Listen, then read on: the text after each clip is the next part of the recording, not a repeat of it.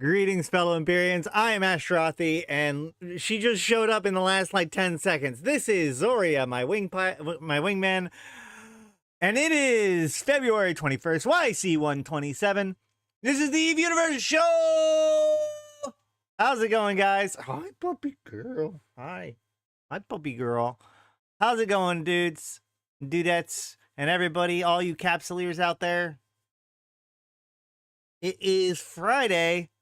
We are going to be covering today. Today we're going to be covering turrets. We're going to be doing our turret mechanics recording. I got a lot of things set up for that. It's going to be a good time. In addition to that, we have not today, like not during stream, but we will be doing some more Eve Crisis sites today or this weekend. Hit me up on Discord if you're interested in doing that. But how's it going, guys? How's it going? All right. So I hear you guys. I've heard a lot of you guys talking. You know, as I said before, I wanted to have this year be like teaching the basic mechanics of the game. Like, you know, we did nice. We did the basics of fitting. We talk about power grid and CPU and all that kind of stuff. Today, we're going to talk about turrets. However, I hear you guys, and a lot of people are saying that they're far more interested, at least at this exact moment, in my knowledge of lore. Now, obviously, there's lots of people and lots of places that will explain mechanics to you, both YouTube videos and Eve Uni and other places like that, even Eve Academy, which we'll be looking at some of those during today. So while those are important for new people to get their hands on that information and, you know, whatnot, I do have my old 6-hour-long fitting guide, which has pretty much everything you could possibly want. However, as many people point out, very few people cover the lore and the universe itself the same way that I do. So there has been a lot of requests for me to focus again on kind of the story and what's going on. And I went back and I saw my old video entitled Lore Speedrun, where we go over pretty much the entire news all the way up to Authanoon, which was right before Uprising, so like 2-3 years ago. And a lot has happened since then. So next week, I'm going to be prepping all weekend. I'm going to be prepping for part 2 of the lore speed run. And so I guess your homework for the day or for the weekend, if you haven't already, to go check that out, because we're going to be picking up right where that one leaves off. It's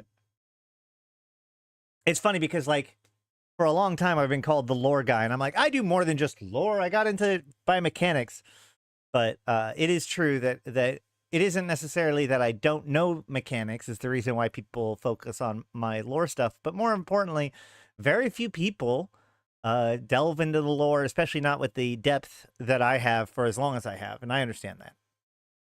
So got to give the people what they want, right? Isn't that right, Zoe? Isn't that right, Zoe? Got to give people what they want. Even if it's puppies. Let's go over a little bit of news to the last couple of days that I've been meaning to go over. Actually, hold on. I came here for mechanics. I love learning them, but I found you for lore. Well, don't worry. I definitely cover mechanics too. I like to look at a holistic view of things. But it is true with the crisis going on. Learning some of this lore stuff is more important than ever. There is a couple things I do want to talk about first, though. First and foremost, and some of this stuff is now old information, but I feel like there's still some interesting stuff to talk about when it comes to it.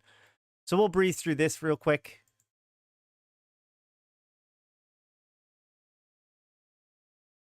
Earlier this week, we had an exploit notification. Hello? There we go. We had an exploit notification. Attacking while inside of a POS. While inside of POS force shields. Hold on. There we go. All right. So what happened here? Well, basically, the short of it is that there are things called player-owned structures, or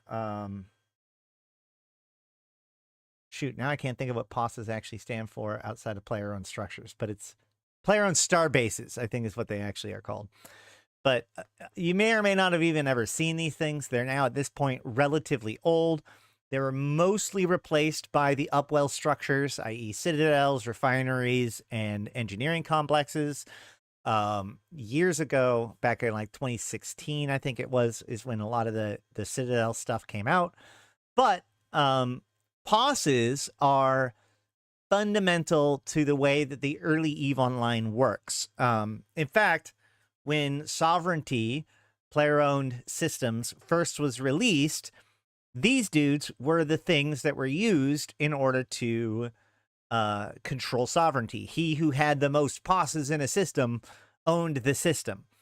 And, you know, they're pretty basic. They have a stick in the middle, and then that stick has a shield around it, which makes it so that anything that's inside of that shield cannot shoot anything outside. Anything outside can't shoot in.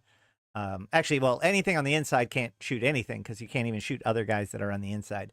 And normally you can either have the people on the inside be there because they're in the correct corporation, or they have a POS password, the Starbase password, which allows them to enter into the POS. But the idea is that the POS is like this safe zone that you can use, but it turns off your ability to affect things on the outside world.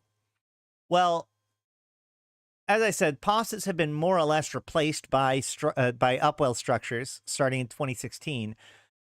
And one of the reasons why they replaced the POSs instead of just upgrading them is because POSs are so old and so used to be so important to systems like Sovereignty that messing with POS code has become so hysterically problematic that it's become almost like a meme, right? You can't mess with POS code. You try to fix the POS code the shields, and suddenly everybody's containers implode, right, across all of New Eden, because POSs like latch into things that are really deep in the code, and nobody that currently works at CCP fully understands. So rather than attempt to fix POSs, they kind of just replaced them and paved over them. So they technically still exist. You can still use them. A lot of people in wormholes will use them as a quick and less detectable forward operating base, for example. But as I said, it's supposed to be that everybody on the inside can't like do anything to those outside, and vice versa. However, they recently came out with a new weapon system, the Lancer Dreadnought, right? The Tech 2 Dreadnought, which creates a lance very similar to the Titan lances. However, it seems that for whatever reason, by whatever cause, by whatever flag or whatever, the Lancer Dreadnoughts were able to activate their lances while inside of a POS shield. Now, they can't lock anything, but they could still use their lance, which, since it was an AoE weapon, still worked, right? And I think a couple days ago, like on Monday, I think it was Darkshines and Initiative used it on Goonswarm to pretty strong effect, because the people that were out there didn't expect there to suddenly be AoE lances. Now, apparently this has been somewhat known for a little while, but it became very popular on the 17th. And then by the 18th, the next day or later that day, it was announced as an exploit. Now, why do they do this? This actually happens sometimes. There's a lot of things. EVE is a big, complicated game, and often mechanics... Not often, but occasionally, mechanics can not necessarily 100% conform to where the expected range of gameplay is. And so they put out these exploits, and one of the reasons why they do that is because once they put it out there, if you continue to do it, then it's punishable on its own right. So in a way, simply declaring this as an exploit solves the problem. And there are some cases Like, for instance, when they made boomeranging, when they declared boomeranging an exploit, i.e. unduly extending Concord's response time, they just pretty much declared that an exploit and moved on, because it's one of those things that trying to fix every single edge case, like, that's a lot of extra development effort, and the question is whether or not it's worth it. Now, sometimes they come behind it and they fix the exploit, but and in this case, that is exactly what they did. The very next day, after this exploit was announced,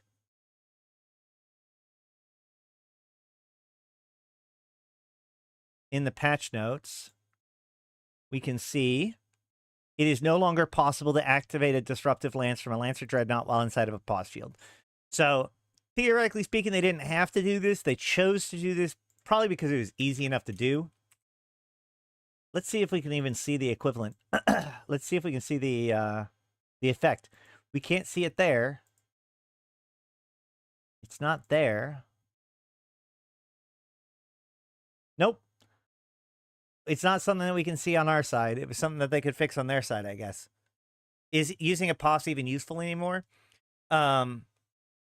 Yes. So pauses can be dropped a lot faster. They get deployed and are fully operational within a few minutes instead of 24 hours.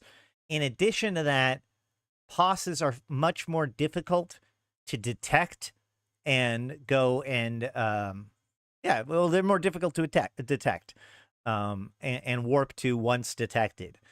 And pauses, unlike normal structures, can also have their own automated defenses. So even if you know where a pause is, warping to it to see what's going on can potentially be dangerous. So, yes, Ragtag, it is. So a pause stick, like, pauses still get used a lot in wormhole space as kind of a quick deployment, or even I've known people who have lived out of pause sticks in wormhole space for months, simply because it doesn't garner the same amount of attention as a player built structure would. Okay. So there's that. And then the other thing I wanted to talk about is this deep dive that they did. There actually is a discussion on Eve, on Twitch rather, all about this. This is actually, like, so this is one of those devlogs. One of the things I've noticed is, like, normally what CCP, as CCP like gets close to an expansion, every week they try to come out with like another dev blog that prepares you for the expansion. I don't know exactly why they're choosing to do this. I have my assumptions, but it really feels like one of the things that CCP is trying to do right now with their dev blogs is justify what they have been doing, trying to keep us up to date with how much things have actually been improving. And I think this is noteworthy because, you know, we've even talked about it here, where it's like, it feels like there's not as much stuff coming out of EVE Online, out of CCP to make EVE Online good, as normal. You know, not as many events, or the events are shorter and less impactful. You know, compared to things like Uprising and Havoc in, like, you know, 2022, 2023, it is definitely slowed down a lot, or at least it feels that way. And I think that one of the reasons why we have like this, it's all about spaceships, Drifter Crisis story so far, and the other one, Server Deep Dive, what I see they're doing is, and even with the Director's Chat 2025 and beyond,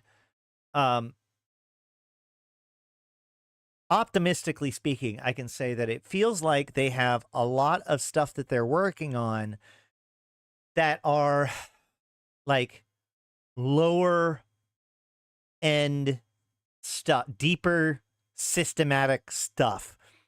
And unfortunately, even though those things are incredibly important for the long-term longevity of the game, they don't have anything like hyper sexy about them that like allows them to like give some meat to us to feel like they're doing things, right?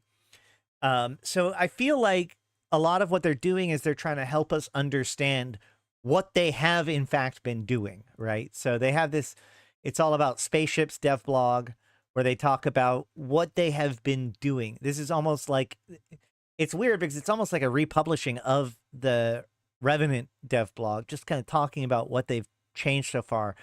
It's like, okay, well, they've introduced the cards to ships, which is actually a lot really cool. I love the fact that you can see the fits without actually hopping in them.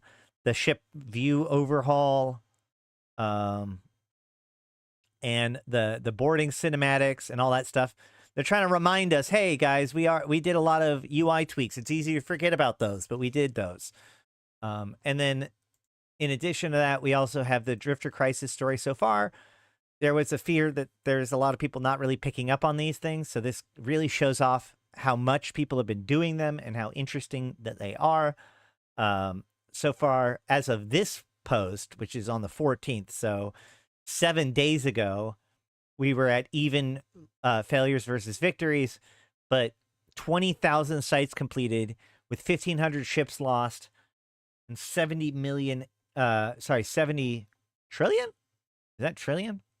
Billion. 71 billion ISK destroyed. Now, obviously, more time has passed, and they wanted to bait us on the fact that there are these officer mods that are very, very, very rare, by the way. Very rare. Don't get your hopes up rare. These things appear to only show up in the final site. So there's only one of these in each individual crisis, where a crisis takes about 2 days to build all the way up to that final site. Then one final site gets to happen where 10 people get to run it. And in that final site, there's a single rat that has about a 50% chance of dropping an officer mod. So that's how rare these are. Once every 2 days, there's one site that has a 50% chance of dropping an officer mod. So pretty difficult to get.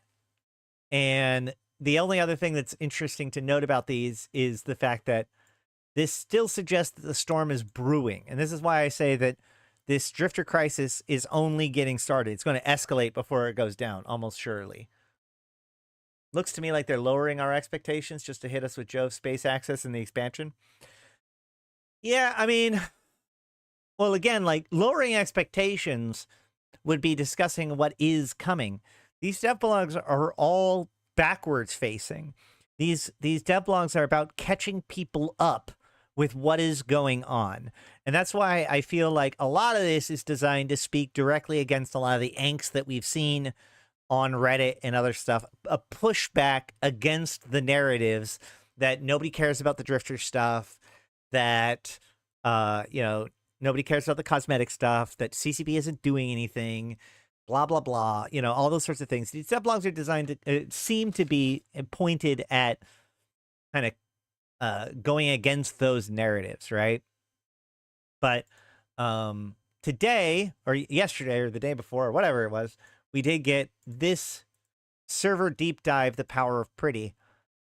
This is an interesting one because it's one of those things that, again, it implies something incredibly impactful, but the thing that it actually gives us is relatively trivial. So I feel like they're avoiding hyping anything, just to keeping it to just catching people up so as to avoid the overhype. Yeah, there's also a certain amount of, like, right now, they're doing a lot to build the mystery, right? This entire expansion has been one giant unanswered question, right? Like, we knew about the mercenary dens, we knew about all this other stuff, but we didn't know how it all fit together. And then right as the expansion was coming out, they're like, oh yeah, it's all about the drifters. But there weren't even any drifter stuff going on at that time. It wasn't until like 3 months later that we started seeing these drifter attacks. So, the overall theme has been that there's this thing coming and that we don't know very much about it. We're piecing together the pieces of understanding. So yeah, they don't want us to know what's happening, but they do want us to know what has been happening. so that way everybody's caught up. And I think that that's a difficult thing to do. I'll put it that way. All right, so basically, let's try to. Oh boy, now I want to know. Now I'm trying to figure out if I can even figure out how to fix or how to explain what's this going on. So effectively, the short of it is that in order for an update to happen on a client side, right, the server has to update and then update the clients accordingly.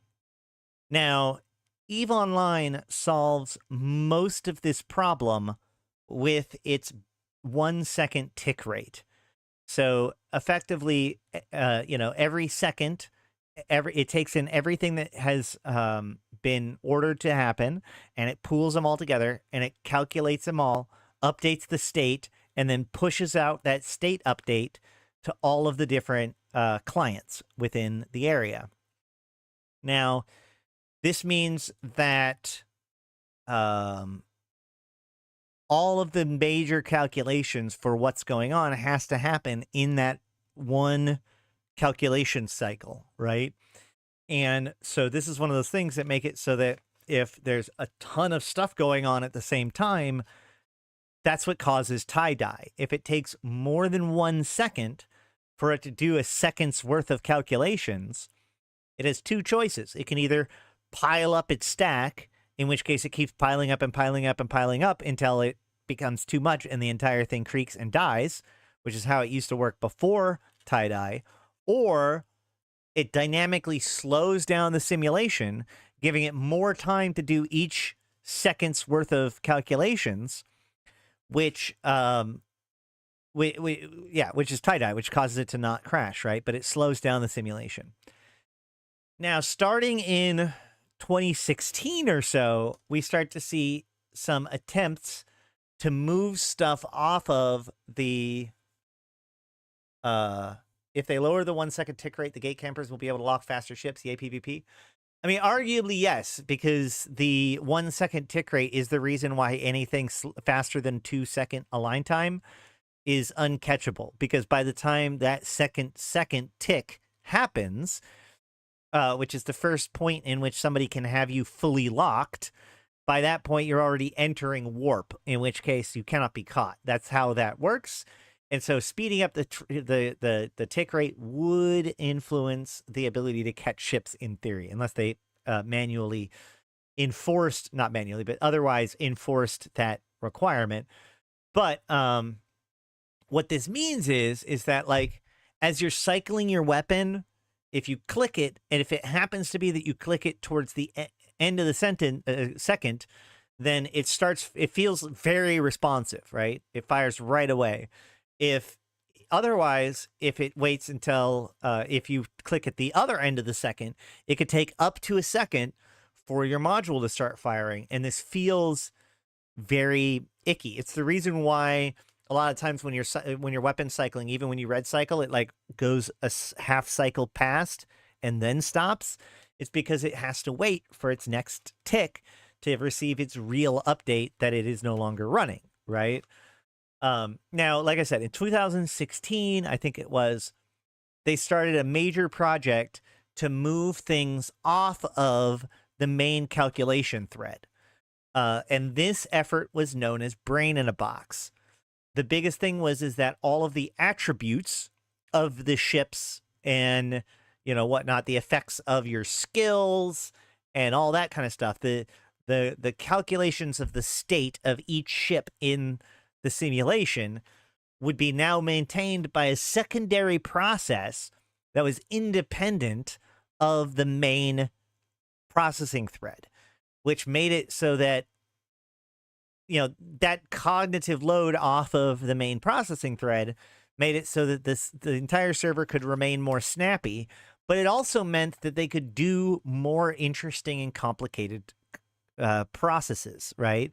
The biggest one was on-grid boosts. Prior to Brain in a Box, the act of calculation for something like on-grid boosts would have been impossible, because basically, if you think about it, if I was to make a boost that affected everybody within 30 kilometers of me, the problem with this is that going into this process, I don't know what ships are within 30 kilometers of me.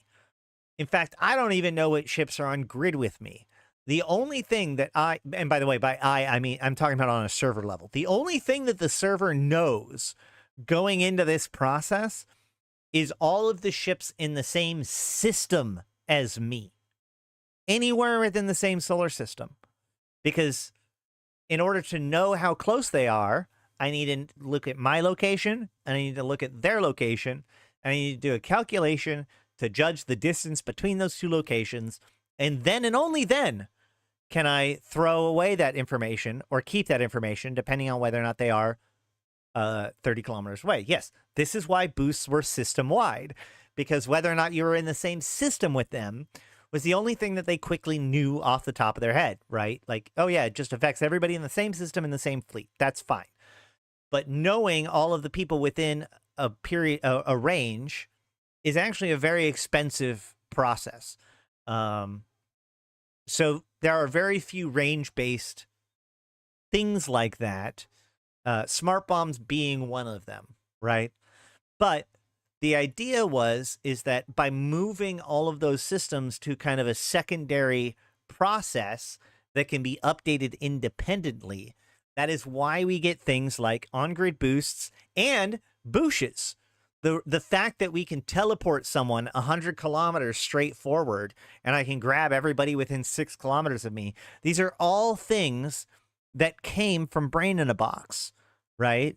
By decoupling these processes, we allowed more dynamic changes to happen within the state outside of the 1 second tick. Right. So not only does it make it so we could do more things, but it also makes it so the server itself is much more responsive, right? So what have they done now? There's a system. The difference here is that Brain in the Box, we're talking about all stuff that's server side, right? So the Brain in the Box, if you want to think about it, it used to be that it had to maintain all of its calculations on the main thread with the main resources. But now they've offloaded all of those calculations onto a secondary system, and they can just ask the secondary system whenever they want what the state of something is, and that secondary system just lets them know. Easy peasy. Great. But this is all server side. The server knows when to talk to the server. So what happens when you want to do this with something that is client side? Well, the problem is that in order for the client to be updated, something has to update it. Either it has to push or pull information, right? Now, one thing it can do is just check every, all the time. And that's called a pull check, right? So when I have a phone, have you ever noticed when you start up your phone, or not start up, but your phone has been offline for a little while, and then you turn it on, and then suddenly you get a bunch of notifications all at once? The reason why is because in order for a notification to make it to your phone, either it has to be pulled or it has to be pushed, right? Now, what by pull I mean your phone has to check in with the home server and get that information from, be like, hey, do you have any news for me? And the server goes, yep, here you go. And then it gets the new state. Or it could even be like, hey, give me an updated state. And it gives them the updated state, right? A push information means that the server knows that it needs to give you something, and so pushes it to you. What's weird about that, though, is that when it comes to actual programming, push notifications don't really exist, right? Like, how does my phone know that there is a push notification?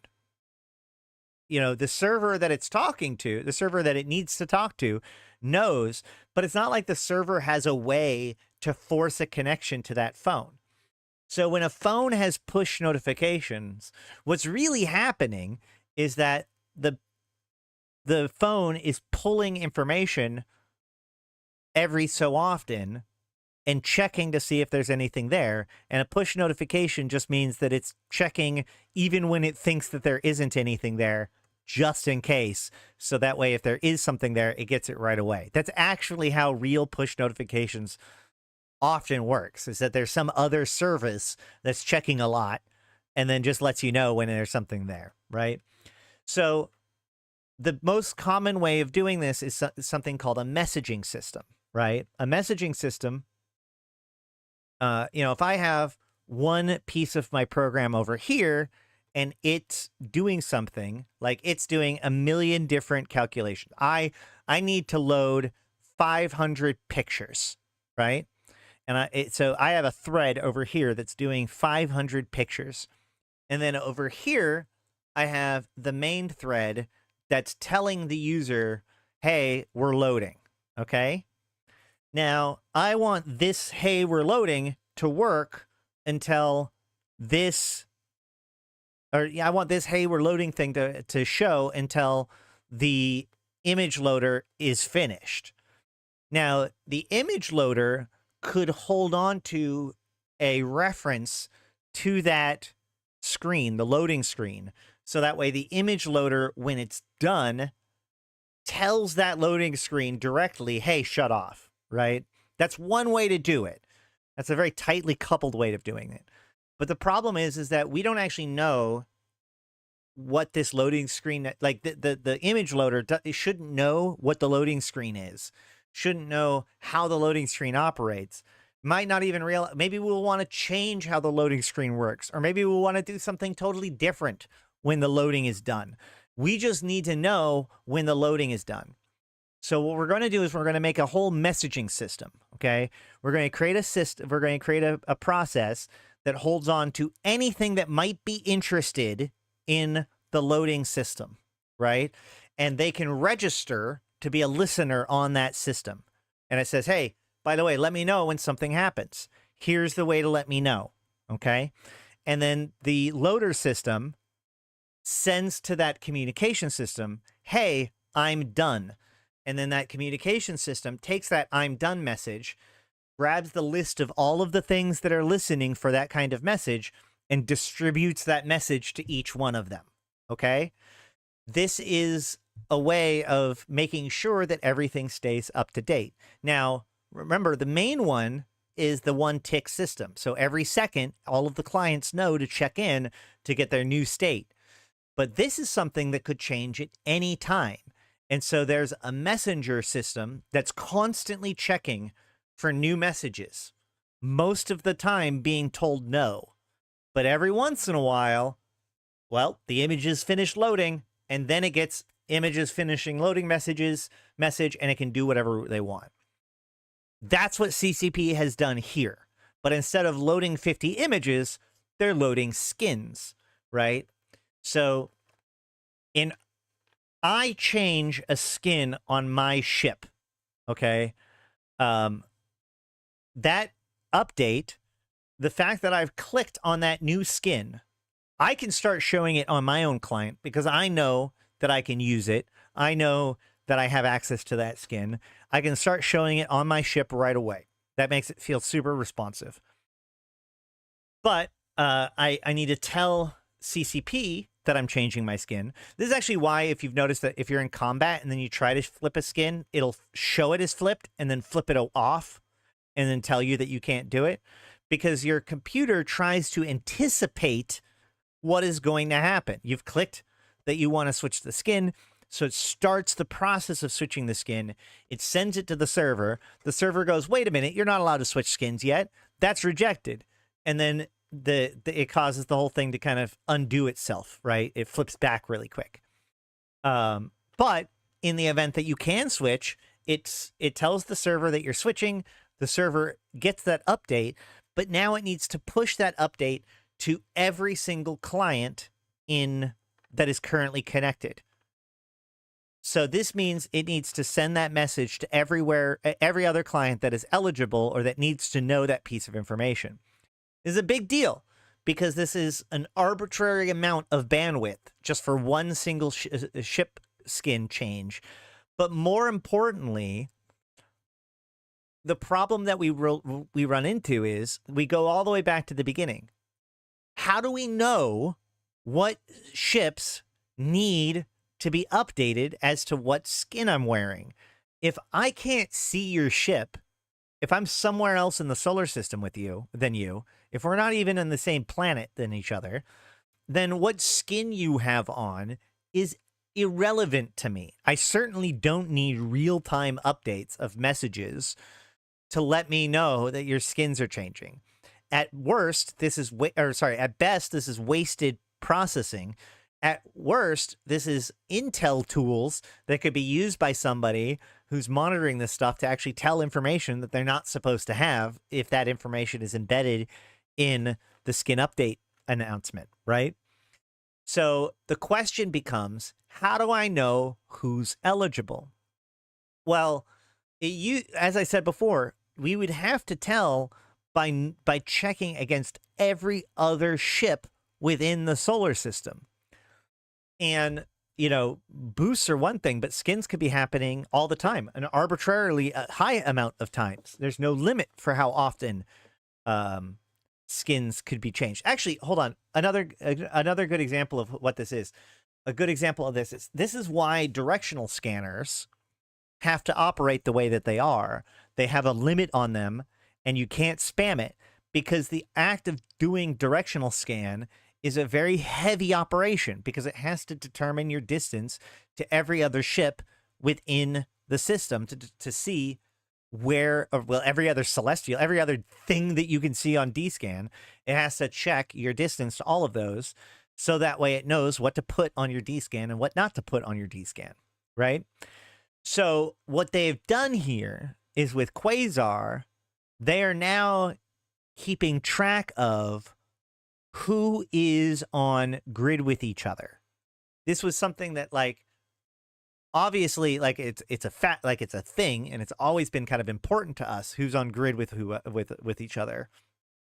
But it's not something that CCP kept track of live in the same way, right? To the point where it was like, oh, I could just generate a list of everybody on the same grid with each other.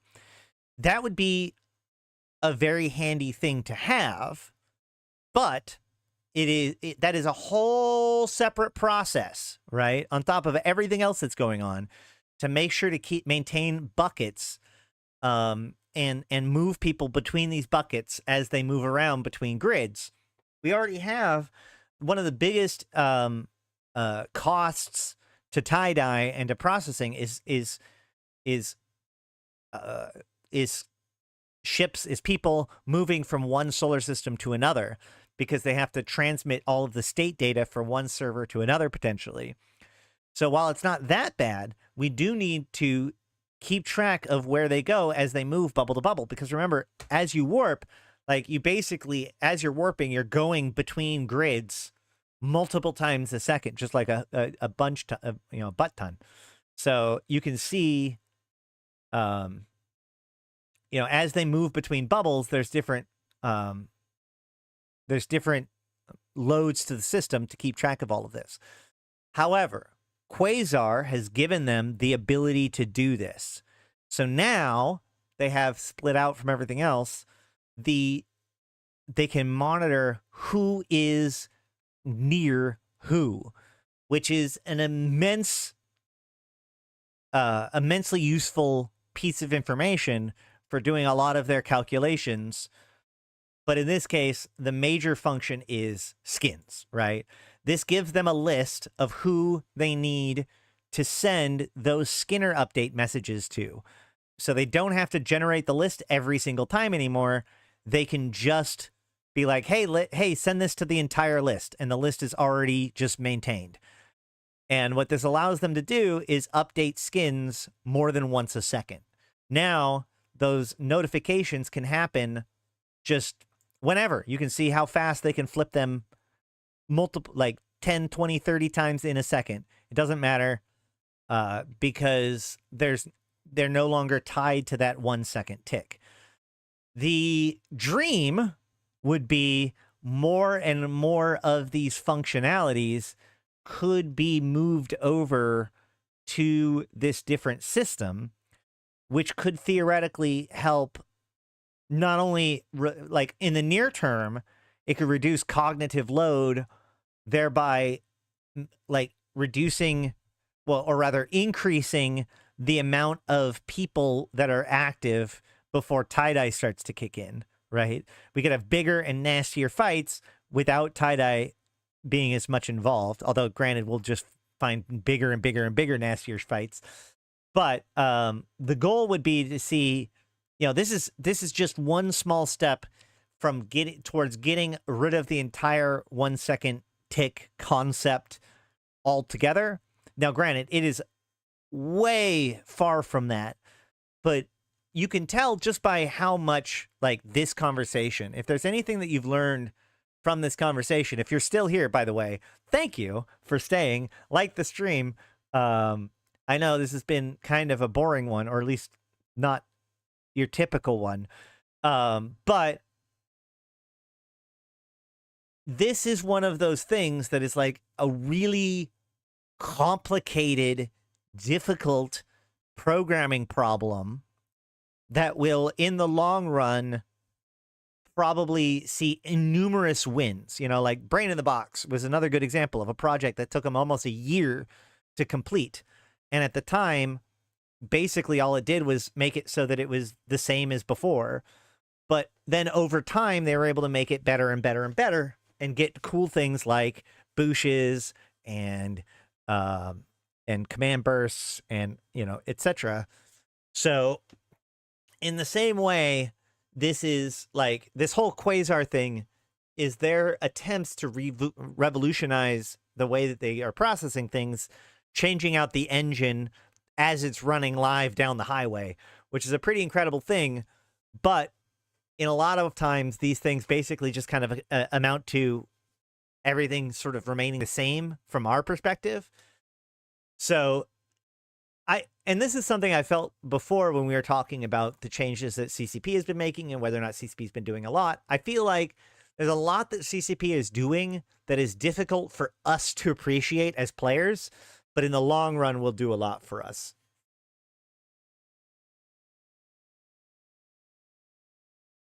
Knowing these nuances is a big deal, and it's hard to tease apart without dog services and communication of folks like you. Thank you.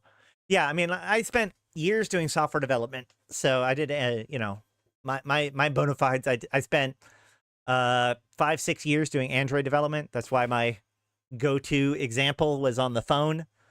But one of the pieces that they talk about here is they actually have another service that they're using.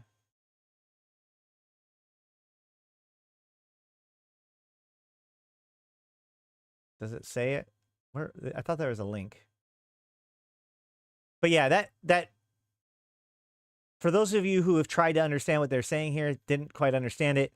That's what I've been talking about here is what they call fan out, right? Where there's one update. How does that one update get propagated to every client, right? This has been a pretty expensive process for them.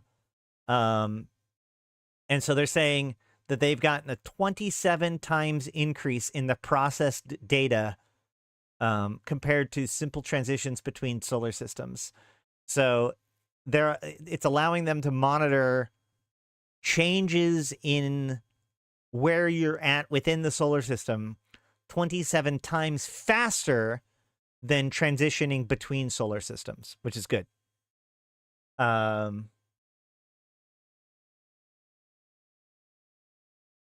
Here we go. So they leverage another technology called NATS.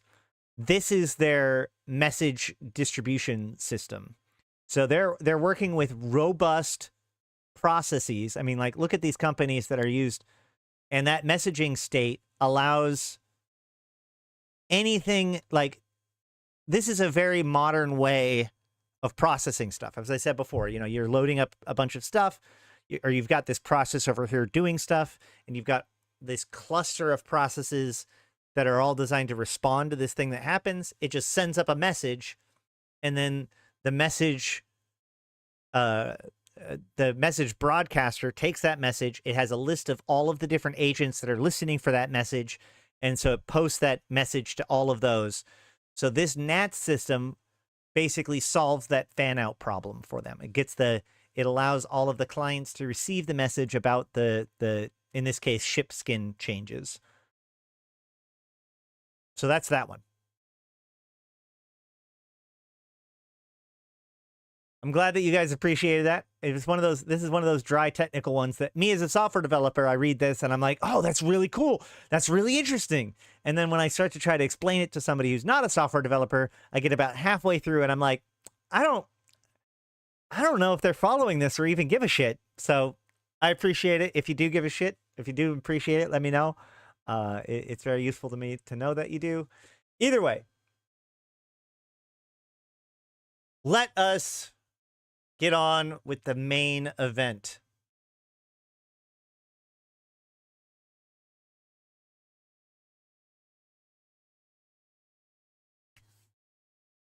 Oh, I'm here for you. You specifically, Sean. All right. Do we have anything else that we need to cover before I do the turret stuff? Yeah, okay. I got that. But I guessed that by the same icon, but I was just working with the information that was in front of me. Let me just triple check to make sure there was no like lore news or anything.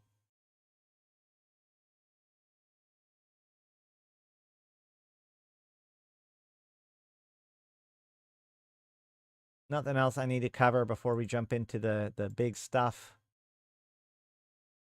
Nope. Okay, we're good.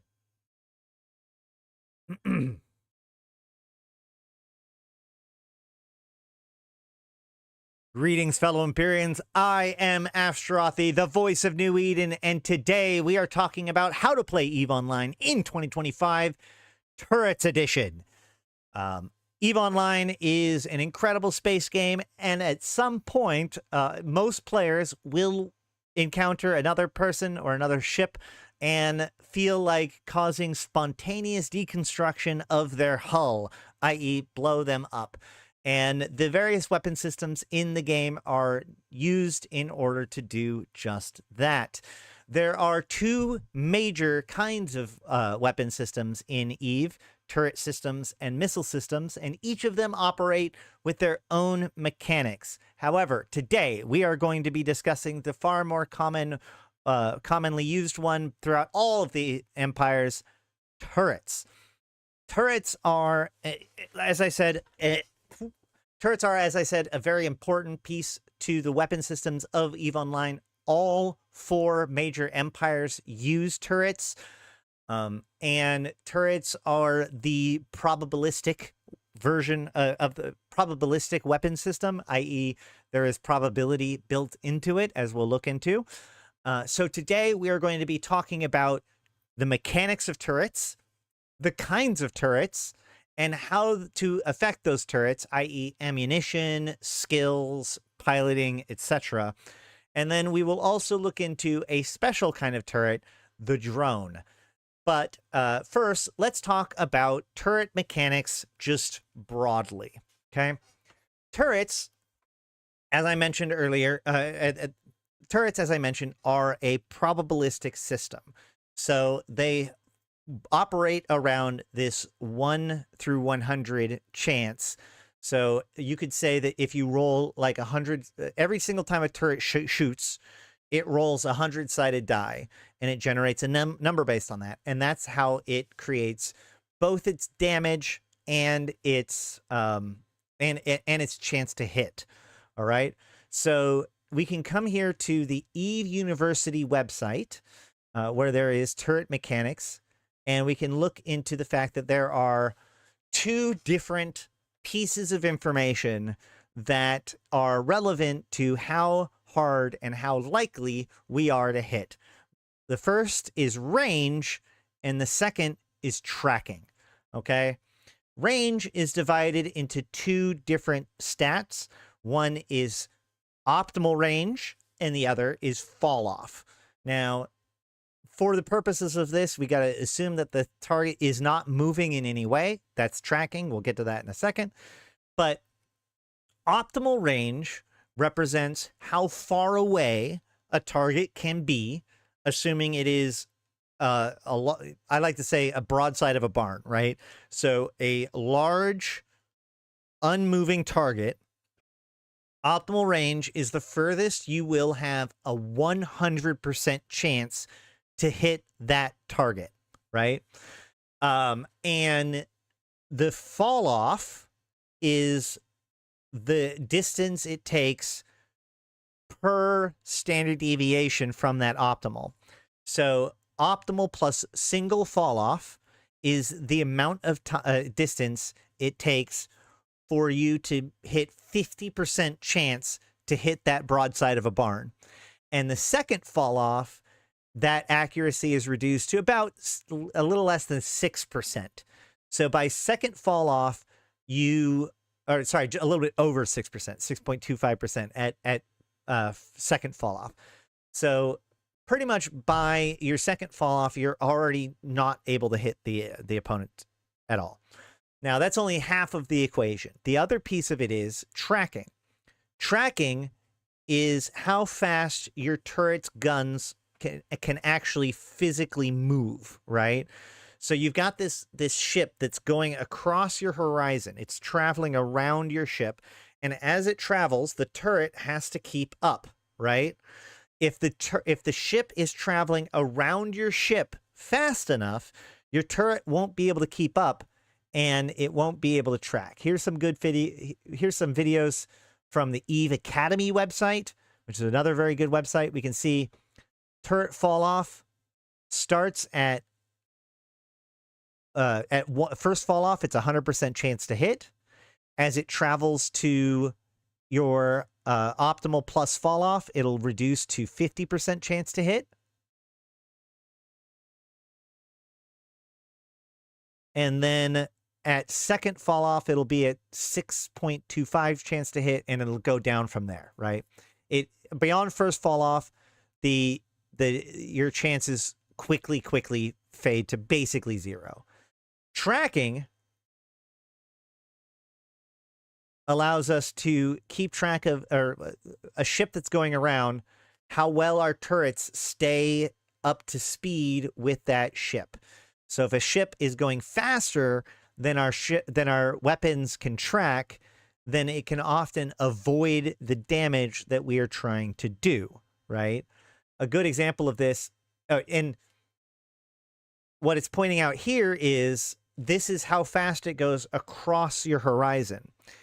So a ship that is closer to you, traveling at the same speed, will have a higher what's called angular velocity, how fast it's going across your horizon.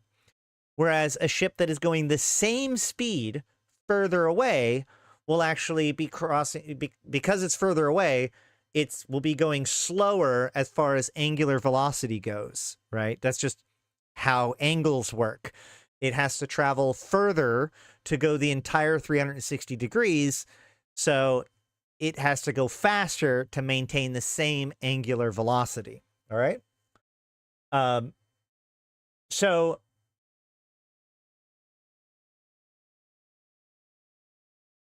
the optimal range and the angular velocity are both put together, or your tracking are both put together to generate a single number, which is your percent chance to miss. And this is important because unlike a lot of other video games or other games where the chance to hit and the chance to damage are two different rolls, right? Like in Dungeons and Dragons, you'll roll the hit, and if you hit, then you'll roll a different number to damage. In EVE, that doesn't work. It's the same roll. So if we scroll down here, we can see basically you roll a 100-sided die. If you roll a 2 through what is it, 12 and a half, then it'll count as a grazing blow, right? So if you roll a die, you get a 10, it's going to add 49 to it, because you take the roll, your random number, which is X. If X is greater than 0.01, then it adds 0.49 to it, and that's your total damage modifier. We'll talk about what happens if it rolls a 1 next. That's a crit, right? So if it rolls a 10, then it 10 plus 0.49, so it's going to do 60 or 59 points of damage. Close. So if you roll 20, it'll give you 69% of your total damage. Nice. And so if you roll a 10, it'll say grazes, and we'll do 60% or 59% of the total damage that the turret says it's going to do. If you roll a 69, then it'll say glances, and it'll do, or sorry, if you roll a 19 or 20 rather, it'll say glances and do 69% of your total damage. If you roll a 90, then it'll say smashes, and we'll do 140% of the total damage. So you can actually do more than the listed damage on the turrets. That's why when things are going well, you actually can be doing more DPS with a turret than it even says it can do on paper, because the roll, when you look at the damage of the turret, it can fluctuate from 50% to 150% per shot, right? Now, this is happening on a per individual turret basis. So if you take multiple turrets and you stack them together, they will roll these rolls individually, but then lump them all together into one specific stat and then give you the results of that stat. So the practical upshot of this is that, let's say I have 3 turrets, 2 of them roll a hit. So I roll two 50% or whatever. I roll a 40, I roll 2 40s and a miss. Okay. It's going to take that miss, which is 0 damage, and then it's going to take those 2 90% hits. So even though it says 90% hit, we can see 90% plus 90%, 180%, plus 0, 180%, divided by 3 is 60%.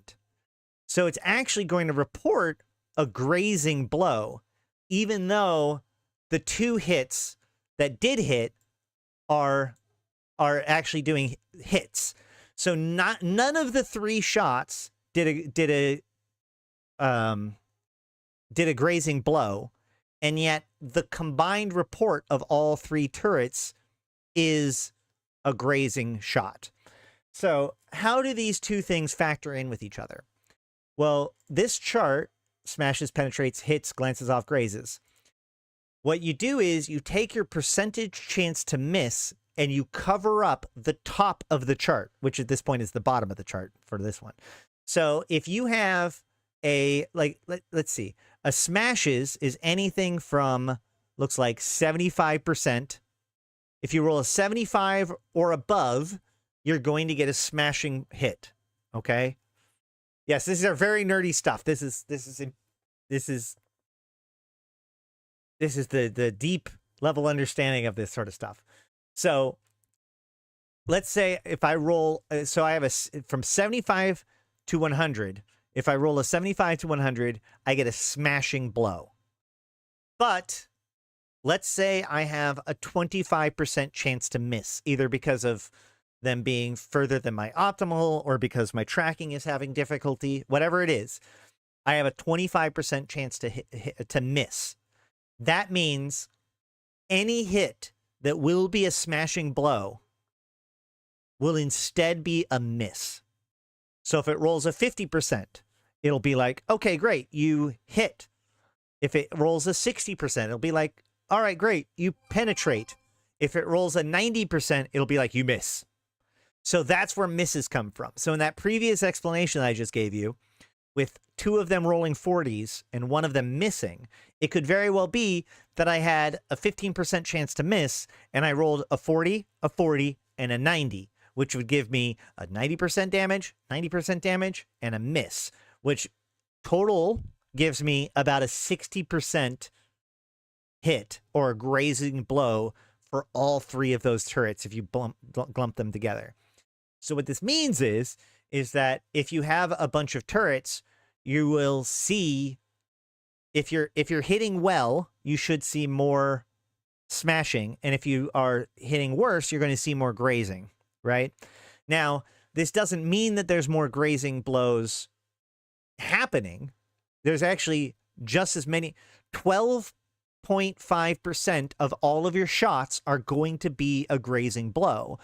But because we're lumping the damage together, what this means is that any shots that include misses are much, much, much more likely to report grazing blows, because you're averaging that 0% in, when the minimum that any shot can normally do is 51% damage, right? Now, if you roll a 1, that is a critical hit. If we go back up to this chart, we can see if X is less than 1, then it is considered a wrecking shot. And a wrecking shot does double the maximum damage, which means a wrecking shot does 300% of the normal damage. Not 200, because remember, the maximum damage that a normal turret can run, if you roll a 100, you do 150% damage. So a wrecking shot does 300% the normal damage. And the only way you can get rid of wrecking shots is by reducing their chance to hit you. Excuse me. Reducing the chance to hit you to below 1%. As long as you've at least 1% chance to hit, then you have a 1% chance to wreck. Okay? This is something that is pretty dangerous, especially when it comes to NPC turrets, because often NPC turrets will actually be calculated as one giant turret.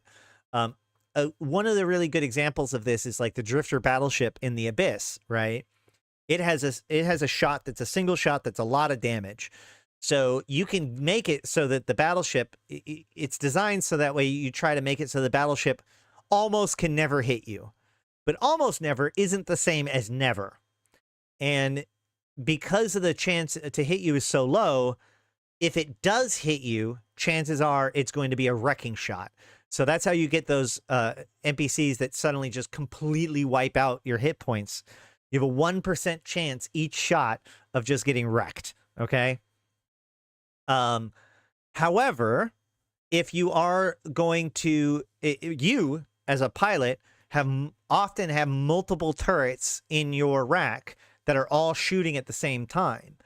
And remember, it combines them all together and then consults this chart to see where you're at on the chart. So if you get a bunch of normal blows, so that way it would be on average a hit, for example, but one of the shots is a wrecking shot, in the same way that a miss is going to pull your average down to report a graze when it wasn't, so too will a wrecking shot report a smashing or a penetrate when it's not.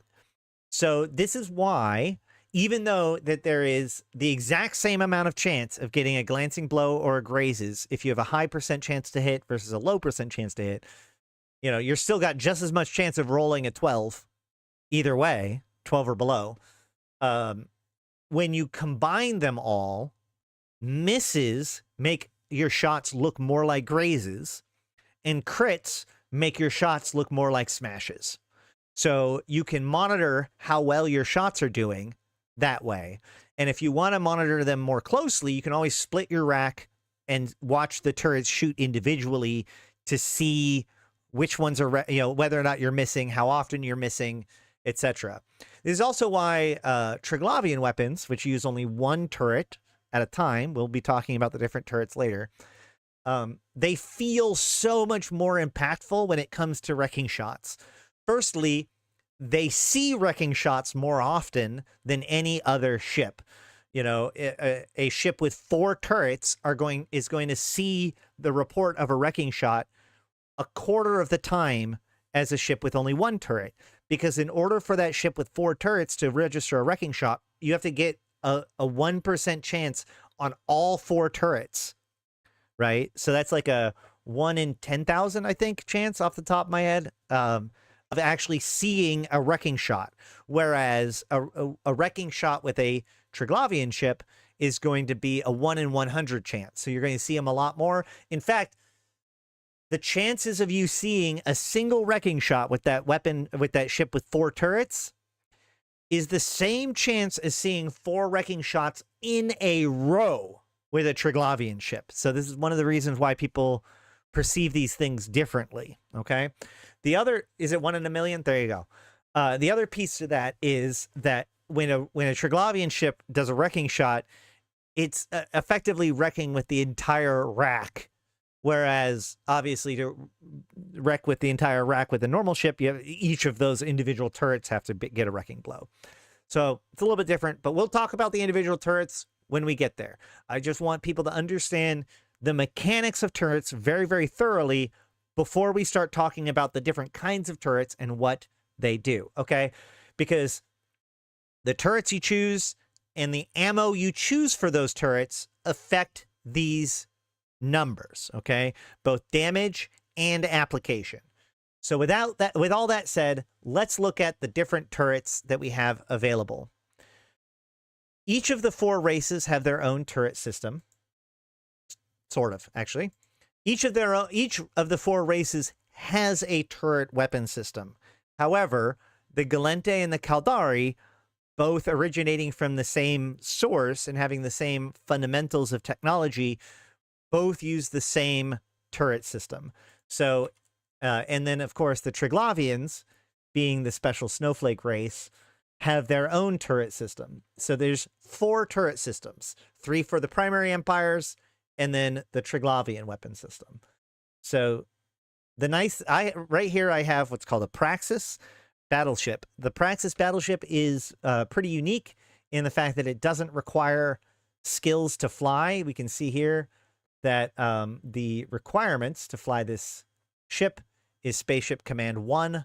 No other skills are required to fly this, no other battleship skills or anything like that. And the other thing that is nice about it is that it has roll bonuses for every single turret type or weapon system type in the game.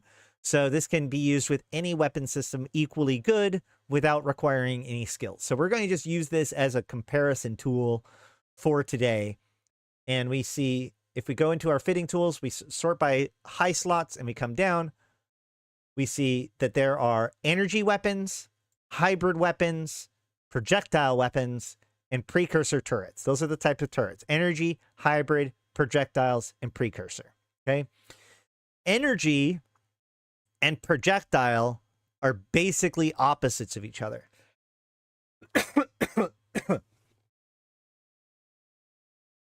The Amarian people are focused on energy turrets, where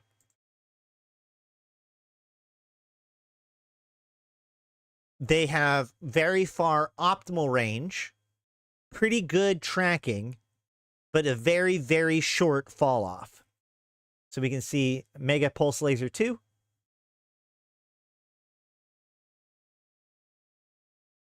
We can see here that this thing has a rate of fire of once every 6 seconds. It has an optimal range of 31 kilometers. That's with my skills. So it has a base of 25 kilometers and a fall off of 12 kilometers. So 31 kilometer optimal, 12 kilometer fall off, but the base is actually 25 optimal, 10 fall off. But if I go to the opposite, if we go to projectile turrets, and we grab an autocannon,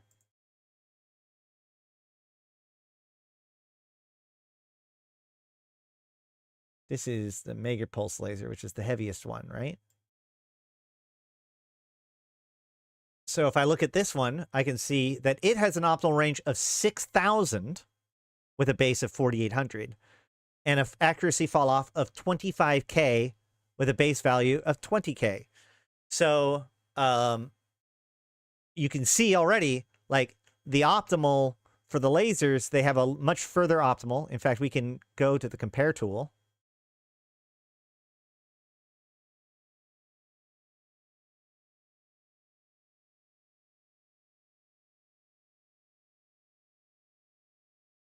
we can see that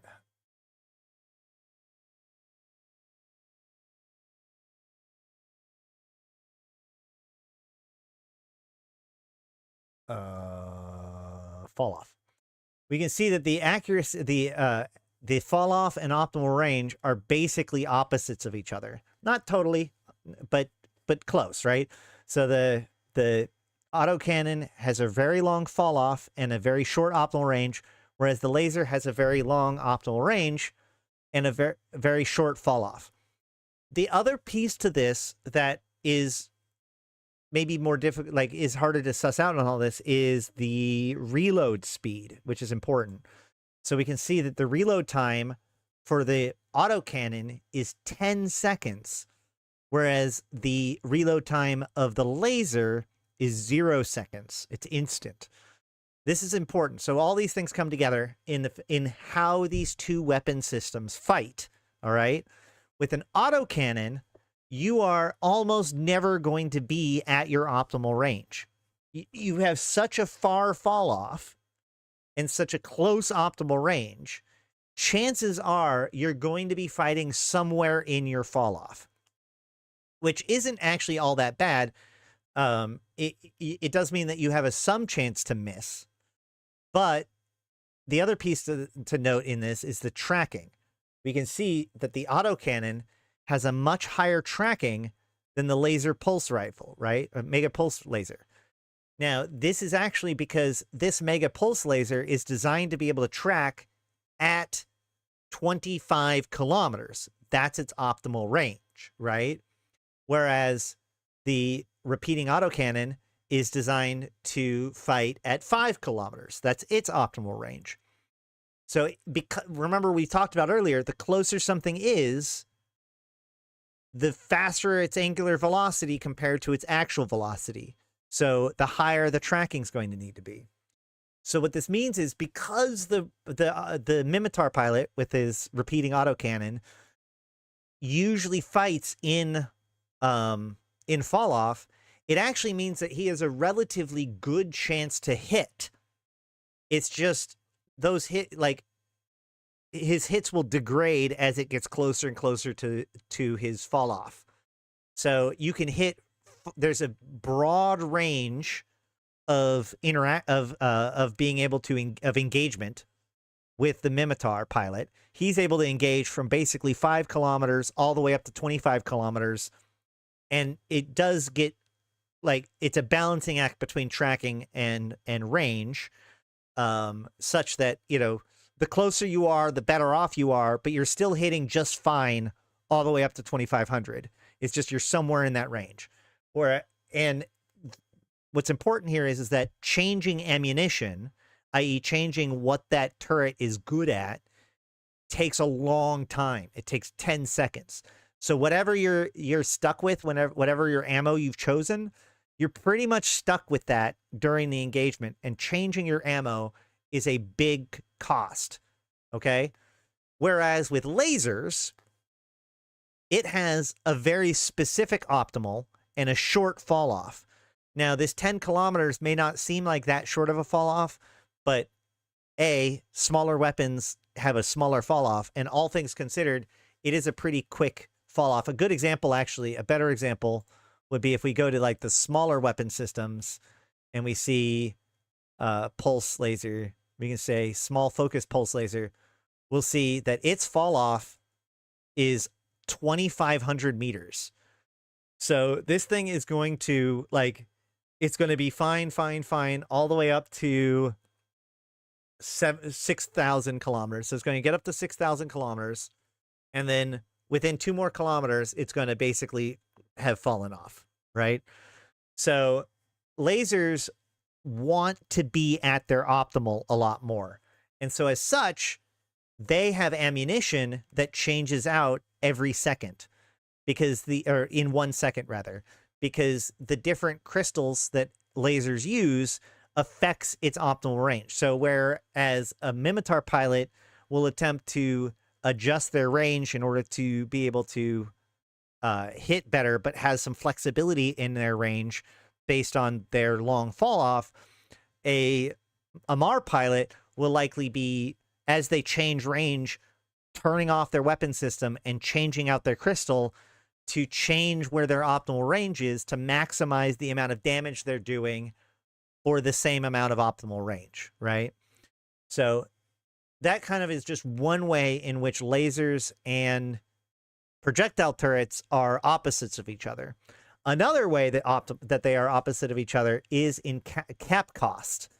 So we can see capacitor is like mana in EVE. It's how your ships do things. Pretty much most modules require some amount of capacitor to run. And lasers are no exception. In fact, lasers take quite a bit of capacitor. This mega pulse laser takes 36 gigajoules per shot, whereas autocannons do not take any capacitor to shoot. You can completely cap out a Mimitar ship that's using autocannons, and they will continue to shoot into your face no matter what, as long as they have bullets, because it doesn't cost them any capacitor to do so. So, yeah. So,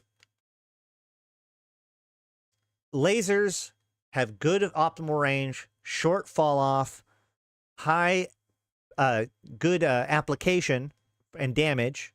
In fact, we can even see damage-wise. Damage modifier, the damage modifier on the laser is also higher than the autocannon, so it has a higher top damage.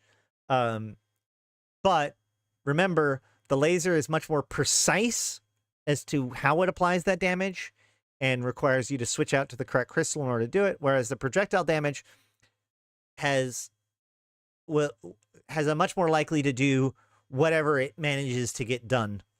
And it's much more consistent, but not as optimal as the lasers are, if that makes sense. Now, the third type of turret, the third main type of turret, is blasters. And blasters, or hybrid turrets rather, hybrid turrets are like in between lasers and projectiles. So if I look at this with neutron blasters, I can see that my damage modifier, well, actually, on the one hand, hybrids are in between the Amar and the Mimitar, or the projectiles and the lasers. But on the other hand, hybrids are also the most extreme of the turrets, okay? The short range, that's actually something I forgot to mention. Each weapon system, turrets and missiles, well, actually, no. Almost every weapon system, besides the specialty weapon systems, have a short range and a long range weapon version, right?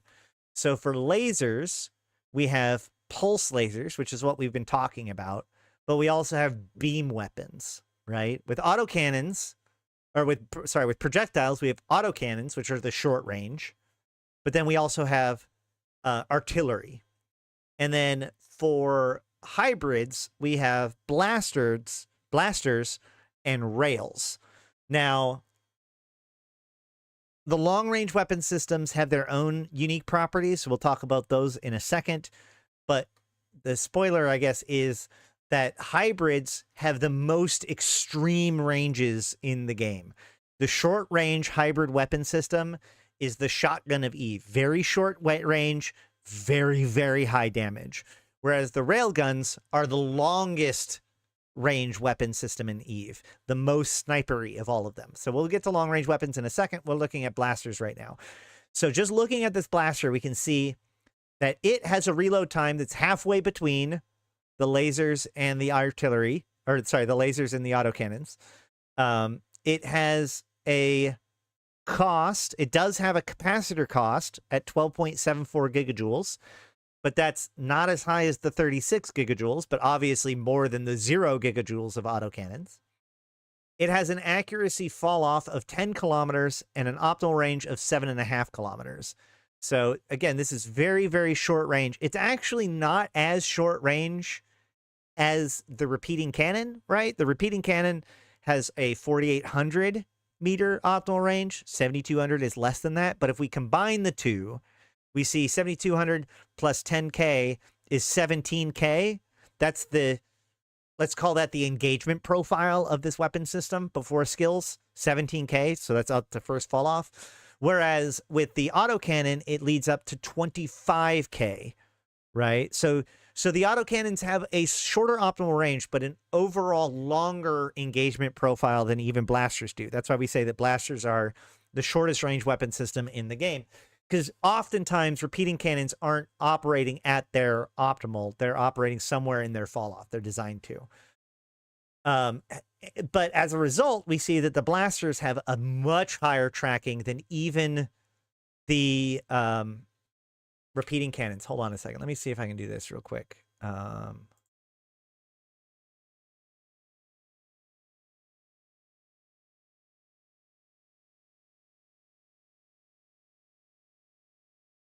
Hopefully this will make it a little bit easier to read for you guys. So we can see blasters, highest damage, shortest range, good tracking, does use capacitor, takes 5 seconds to reload. And then finally, there is one last type of weapon system, one that I cannot try, or one last kind of turret, one that I cannot put on the Praxis, but we will go and look at it, and that is precursor turrets, entropic disintegrators. So we're going to take the entropic disintegrator. Now, the entropic disintegrator doesn't have a long-range weapon system and a short-range weapon system. They only have the one weapon system. So it has an optimal range of 28 kilometers. But if you look, the entropic disintegrator has no fall-off. This is what makes them unique as a turret system. So the entropic disintegrators use the exact same turret mechanics as normal turrets in every way except for fall-off. If you hit the optimal range of a Triglavian turret, if you go past that, it doesn't miss, it shuts off completely. You have to get back into range and begin attacking again for it to continue to do damage. Other things to note about it. It has the highest activation cost in the game. Why is this that way? Because Triglavian ships only use one gun, whereas almost all, every other ship uses more than one turret. So a mega pulse laser may only take 36 gigajoules, but if you have more than two of them, then you're spending more capacitor per shot cycle than you will with the entropic disintegrator. It's also why the entropic disintegrator gun is so much more expensive than a standard turret, because this one turret represents an entire rack of weapons. Yeah, so that's the other thing that's important about the Triglavian turrets, which is that they have a thing that is called damage multiplier bonus and damage multiplier maximum. You can see here that none of the other turrets have this system. This is a Triglavian only turret system. So every successful cycle, it does not matter if you miss or hit, every successful cycle will increase the amount of damage that it is doing. So in this case, it starts relatively low at only basically 0.96 times damage. But every cycle, it increases by 7% until it ends up at 212% its base damage. So a little more than double its base damage per cycle. Now, this is why it has no fall off, because if the disintegrator shuts off for any reason, this ramp also resets. So the whole point of a Triglavian system is that it's a bit more of a piloting, like it's got more of a demand on piloting. With a laser system, if I let them get a little bit too far away, it's fine. I just get back into range, or I change out my crystals and I'm good to go. But with the entropic disintegrator, if I let them get out of range, I restart my ramp completely, which can be a big deal. So it takes a little bit more piloting finesse to pilot Triglavian ships well, and this is why. Okay? So the other big component, is this why trig ships are used for structure bashing? That is exactly why trig ships are used for structure bashing, because within within about a minute or so, trig ships are often able to do significantly more damage than their counterparts. And because the thing isn't moving, you can just make sure to sit there and just burr on them using maximum damage, right? So if we look a little bit more practical, stick and kill, or don't stick and lose the other to the other pilot in PvP. If we look at like battleships, right?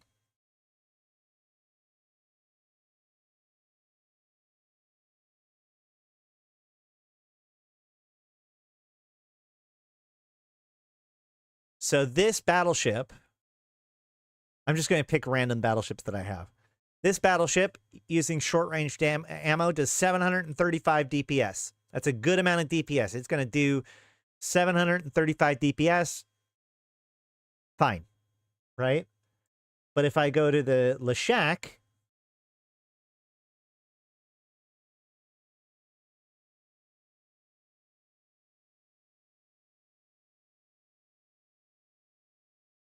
and I give it a short-range weapon system, well, damn it! I went with a much nicer Triglavian ship. Hold on. Why is this so little damage?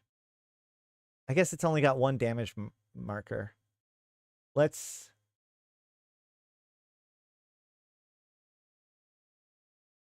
Okay, yeah. This is a blaster Megathron. If I'm gonna put just basic antimatter in there, it's still less. All right, trig ships are really good, okay?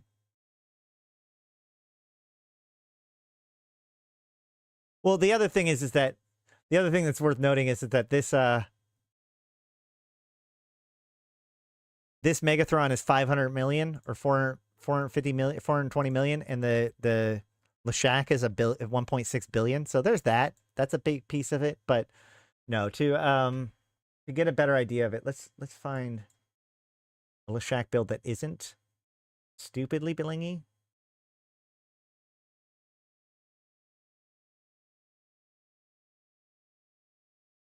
Whatever. This is better. No, the problem is that if you compare a very blingy ship, like this guy right here is 1.6 billion. It's got 3 entropic radiation sinks that increase the damage that it does. Whereas, so let's go ahead and just remove these for now. Got it. See, that's how much difference it is. 629 DPS. So this thing is doing 629 DPS versus that blaster boat's 700 and something, right? So off the cuff, it's going to do less damage than the other major battleship. However, it's going to start ramping. And within a minute or two, this thing is going to be doing about 12 to 1300 DPS, which is more than most battleships are going to be able to put out. So yeah, if you can guarantee that the target is going to be there for more than 2 minutes and isn't going to move around a lot, then a Triglavian ship like a disintegrator is going to be a big deal. Oh, what is drones? What's messing with me too? Probably. Oh my God, that is absolutely what it was. Yeah, this thing doesn't have any drones.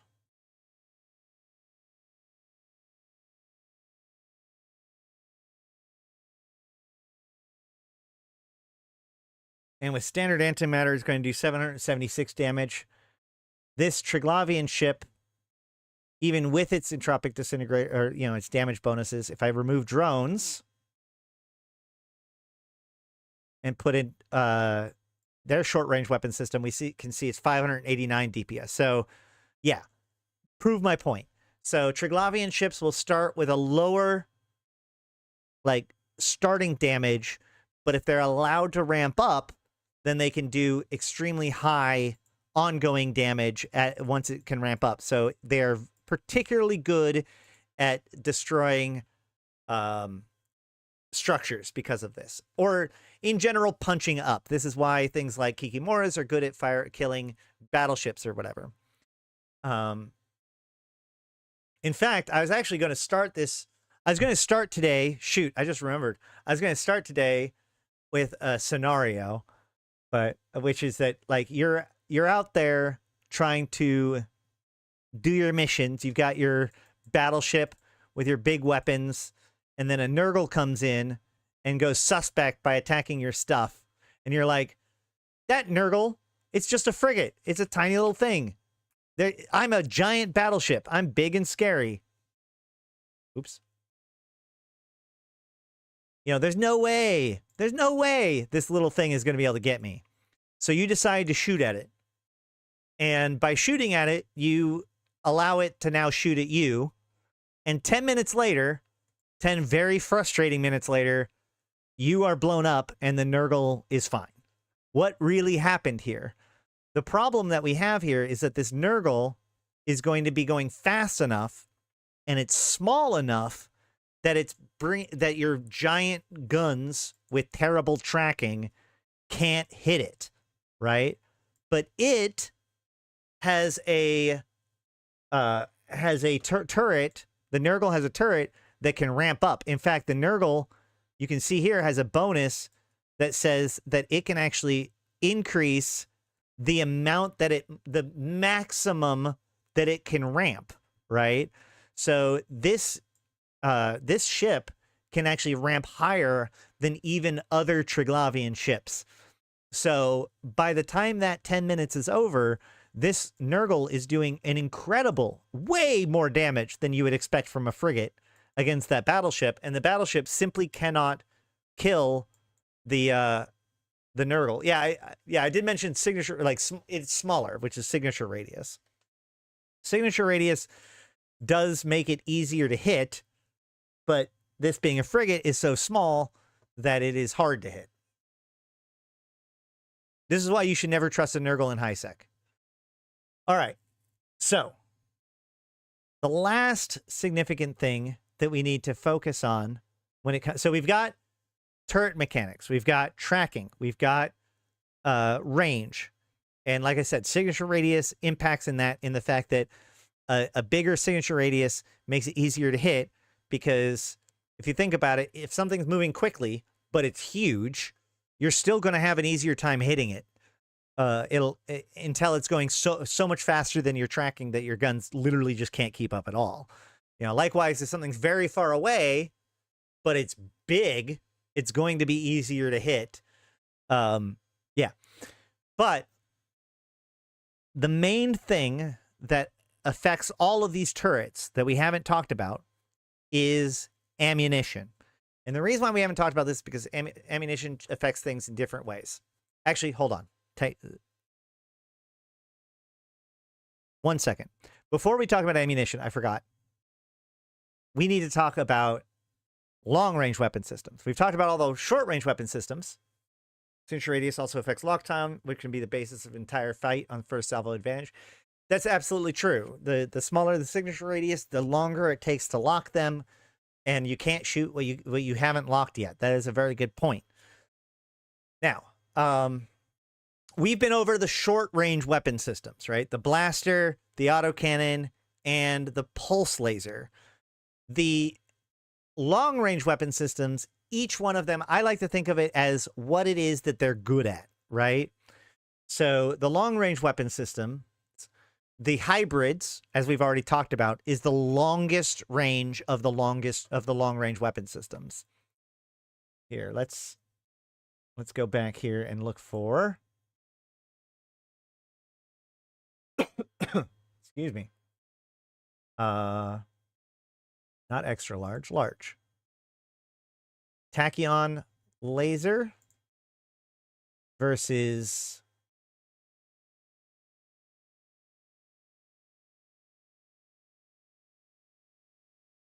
.150 millimeter railgun 2s versus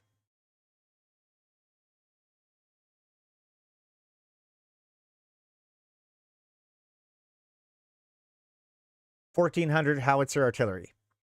By the way, there are multiple types within a single category, right? Like for the best example of this, the easiest to remember is like for blasters, right? Each one has an ion, a neutron, and an electron.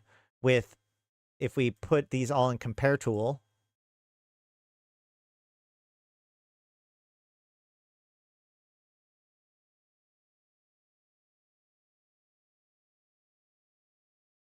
power grid, CPU, damage, tracking.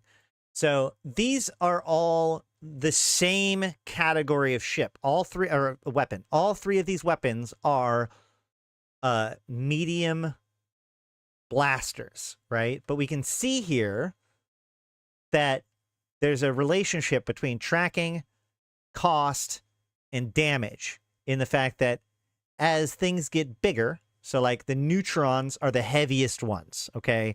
They take the most CPU and power grid. They do the most damage. They shoot the furthest, but they have the slowest tracking. They're big and clunky, right? Whereas electrons are the fastest, but or the fastest and the lowest resources, but the shortest range and the lowest amount of damage multiplier of these three. So when you have like medium blasters, you can have neutrons, ions, or electrons, and they can based on how much fitting room you have, et cetera, et cetera. So when I've been doing the comparisons today, we've been mostly I've been trying to compare with the heaviest of each category. I might have made some mistakes. Somebody can correct me if, down below if I have. But just remember that there are multiple turrets per size category. And the best way to tell between them is I just take the Tech 2 of all of them, and then I compare them like this. And then it's like, oh, well, electron blasters. So then I show info, and then I can say variations, and then here are all the versions of the medium electron blaster, right? Just in case I need something like that. All right. So, but we're talking about long-range weapon systems now. We have beam lasers, we have rail guns, and we have artillery, okay? And the main differences here is, first of all, a lot of it does stay the same, right? Like if we look at optimal range and fall off, we'll see that the railgun, this is not the right railgun.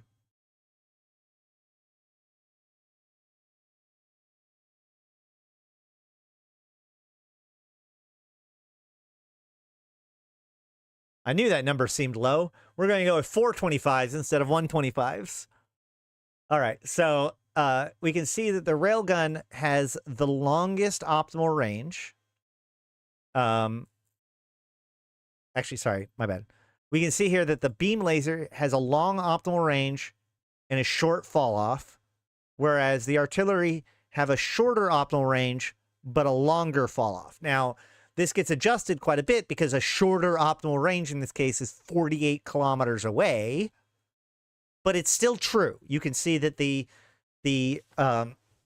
projectile turrets do have a shorter optimal and a longer fall off, whereas lasers have a longer optimal and a shorter fall off. But in this case, whereas with the blasters, before the blasters were a super short range weapon system, railguns are a super long range weapon system. So they have the furthest optimal range and a pretty good fall off for what it is, right? Not as far of a fall off as artillery, but you know, whatever. So railguns are the furthest shooting weapon system in the game. You want extreme ranges, railguns will get you there. Okay? Lasers have the best application, okay? So we can see that tracking-wise, the lasers are going to have the best tracking by a pretty significant margin at 1.4 versus 1.16 or 0.9. So the tachyon beam lasers have a really good tracking and a really good damage multiplier. So this is a big thing about lasers, is that lasers are good at projecting damage. They don't necessarily have the highest potential damage, They don't necessarily have the best range, but they do have the best damage for their range, right? So the beam lasers are going to have the best tracking of most of the long-range weapon systems. The railgun is going to be the furthest shooting. So what makes the artillery so special?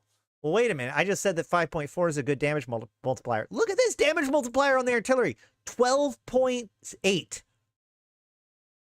Holy crap. Why is that possible? Well, let's look at the rate of fire. The rate of fire, how fast it cycles, we can see that the rate of fire for a beam laser is 12 seconds. Now, remember, all of these get adjusted by skills. The railgun has a fire rate of 8 seconds, but the howitzer artillery has a fire rate of 40 seconds. So let's think about this. They all have roughly the same DPS, damage per second, right?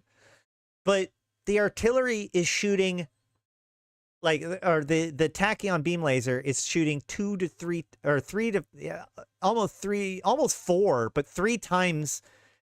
You're going to shoot the beam laser 3 times for every once that you're shooting the howitzer, and the railgun you're shooting at least 4 or 5 times for every time that you shoot the artillery gun, which means when the artillery shoots, it's hitting for 2 to 5 times harder than either of these other weapon systems.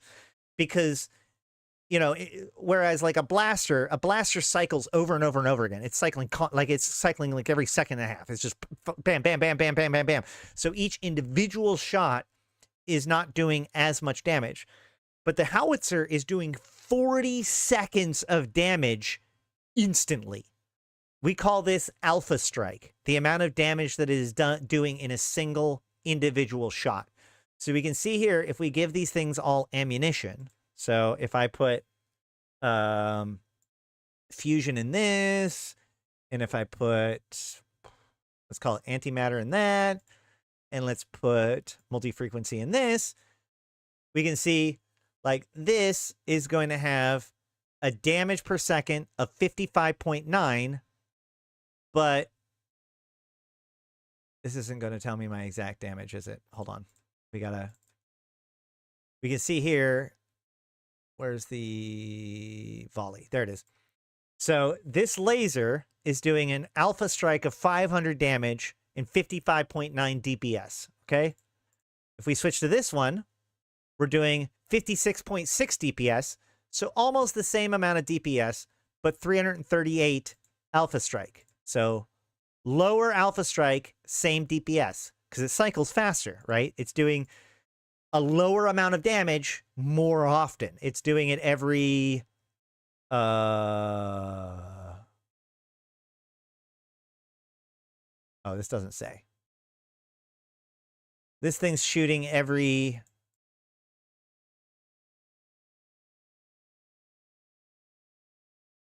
5.85 seconds, as opposed to the laser, which is firing every 9 seconds. So then if we go to artillery, we see less DPS, right? It's not 56.6. It is 40.6. But look at that alpha strike, baby.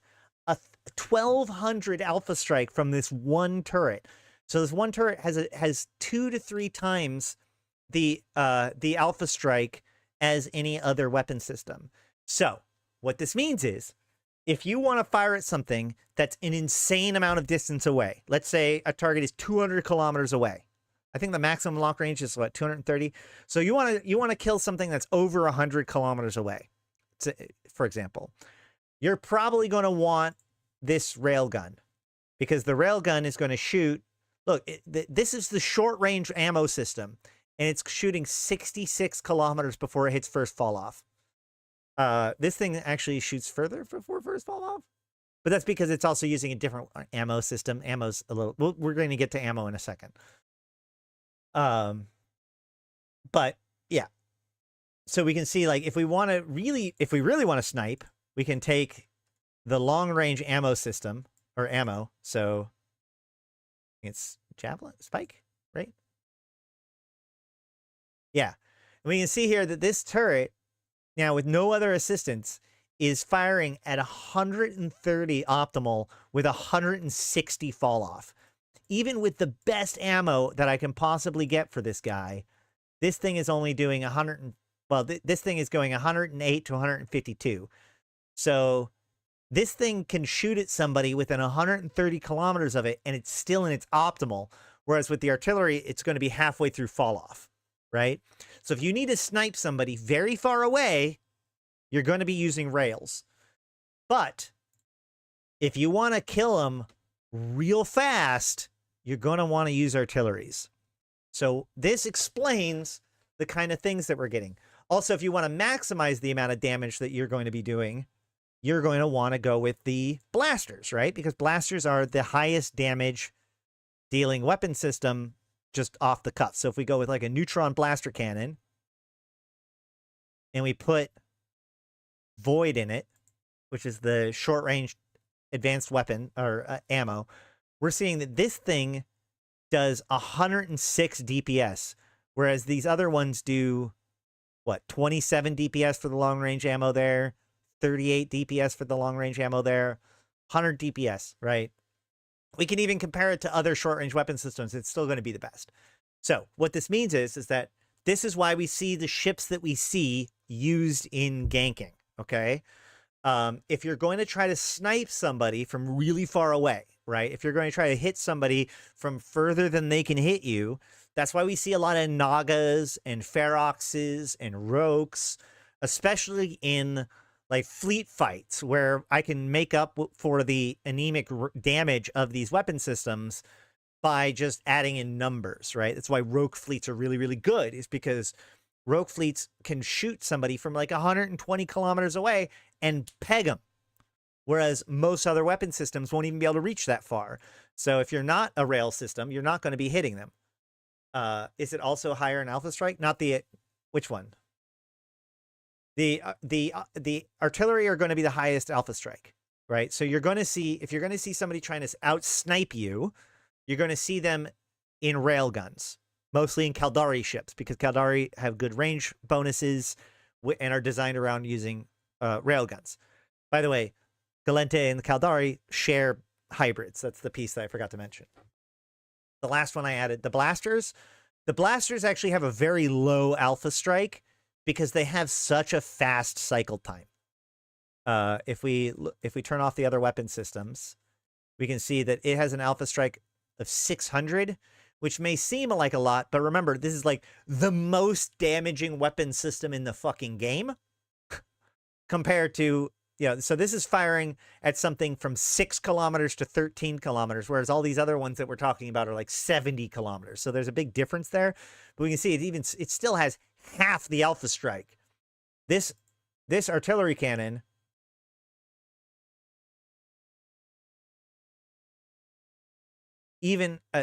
this artillery cannon can hit somebody at 108 kilometers with the same Alpha Strike as this blaster hits at 6 kilometers.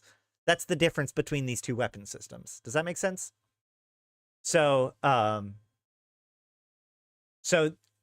right. So that means that, like, if you're trying to snipe somebody, so like you're gate camping, or you're trying to protect a particular site, or you're fighting over a structure, so you've got a big range of range to be engaging at, and your goal is to engage your opponent further away than they can engage you. Railguns, super fucking useful. And so we see them in Ferox fleets, in Naga fleets, in Roke fleets. Artillery has this extremely high alpha damage, which means we see it in a lot of gank fleets. Tornadoes, hurricanes, but mostly tornadoes. This is why NATOs, and to a certain extent, things like Thrashers, are used for like suicide ganking, right? Tornadoes are great for high-sec ganking, correct. The goal here is that, but it's not just high-sec ganking. It's any time that you want to have an extremely high Alpha Strike, which has two different opportunities. The first is you want to be able to kill them before anybody can do anything, right? Like, the nice thing about having such a high alpha strike with suicide ganking is that often you can blow up their ship before they even get their hardeners on, right? If they can't have their hardener, if you get them the second that they appear, then boom, they're dead, and they don't even get their hardeners on. You can just cut straight through them. And it's, of course, before Concord shows up. That's true. But you're really trying to get them before they can get any of their normal defenses online, right? You're just trying to hit them before. If you've ever like hit warp and instantly exploded and didn't know why, chances are there is a tornado waiting to pop you. And this is how they did it, right? The other thing that it is useful for in fleet fights is a lot of fleets use logistics, and logistics takes time to respond. They need to lock the person that's the target. They need to start reps, depending on if it's shield or armor, depends on how long it takes to get those reps on field. We're going to talk more about our armor versus shields in another episode. But the goal here is, if you have, let's say, an entire fleet of Macarials. This is one of the reasons why Macarials are very popular as a fleet doctrine. You're not going to shoot quite as far as those railgun guys. You're going to engage within about, usually it's like 60 to 80 kilometer engagement range for your artillery. But the nice thing is that what you'll hear is the FC will be like, lock up these guys, fire in 3, 2, 1, fire. Because the goal is to have everybody shoot at the exact same time, maximizing that alpha strike. Your goal is to try to kill the ship before reps are even able to land, thereby completely mitigating their logistics completely, right? That's the point of artillery. It's why you use artillery, is because you want to front load a crap ton of damage right away. Meanwhile, if you just want to maximize the amount of damage that you do total, and range is no issue. So for instance, if you're, the goal is to kill them before the second shot is fired. That's correct. But let's say you are trying to kill a mining barge, right?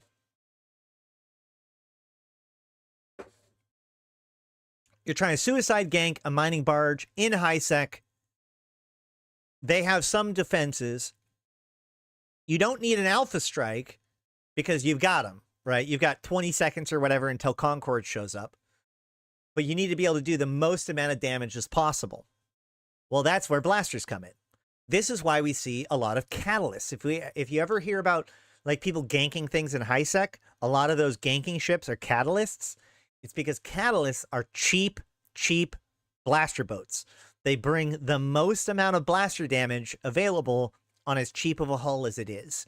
And so it maximizes the total amount of damage that you can get done, the maximum DPS you can do to a target, assuming that you can be on top of it, which is one of the reasons why moving is such a good defense. Just simply moving, like orbiting or whatever, just continually being in motion is a big defense against suicide ganking, because those blasters really, really rely on being directly on top of you in order to maximize their application.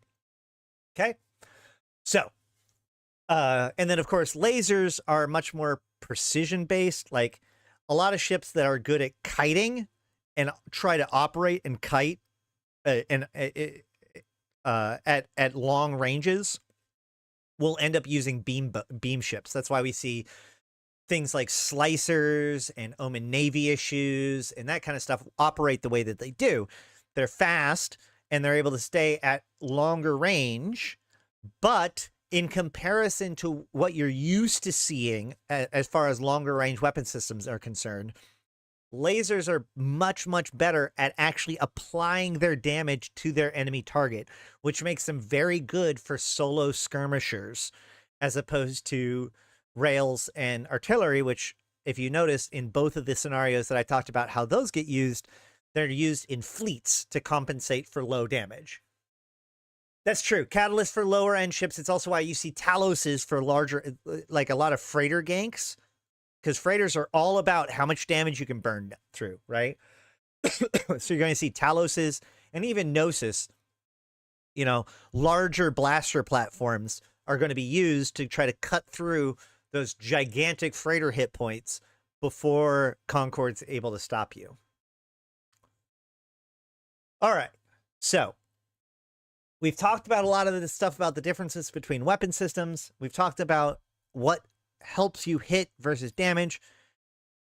Now we're going to put all that information to use to talk about the kind of ammunition that you can have. Now, in order to get information about ammunition, I actually strongly recommend, I have a page on my Convocation Notion about infographics that include turret identification and different weapon systems and how they compare.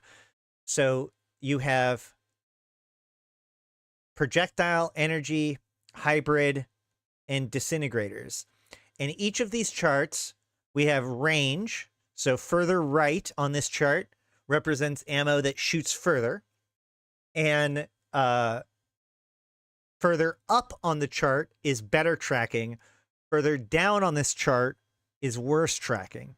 So a couple things we can get out of this, which is that in general, the further the weapon system is, the less damage it does, right? And we can see, you know, if we compare antimatter, antimatter has a 50%, negative 50% range penalty and a 20 thermal damage and 28 kinetic damage.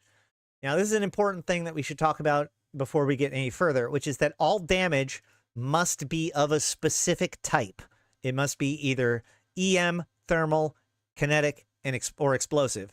And this is compared to the ship's individual resistances. We're going to talk about damage types more when we talk about tanks. But just for now, just know that damages have to be typed, okay? And so this antimatter charge, every time it shoots, will do 20 thermal damage and 28 kinetic damage. And of course, that gets multiplied by both the turret's multiplication. So in this case, it would be multiplied by 8.558 or 4.41 base, but I have it upped by all of these, you know, both the ship and my skills increase its damage. So that multiplies it. And then also my roll, right? If whatever I roll in my attack will make it do somewhere between 50% to 150% or even 300% of the total damage available, right? Cool. So antimatter is high damage, low range, whereas, and actually we can go here, remove this, put antimatter in, and then we can put some other charges in here.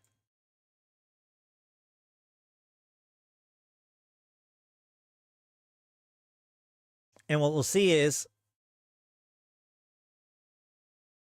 as the range goes up, right? Iridium is tungsten. Hold on a second.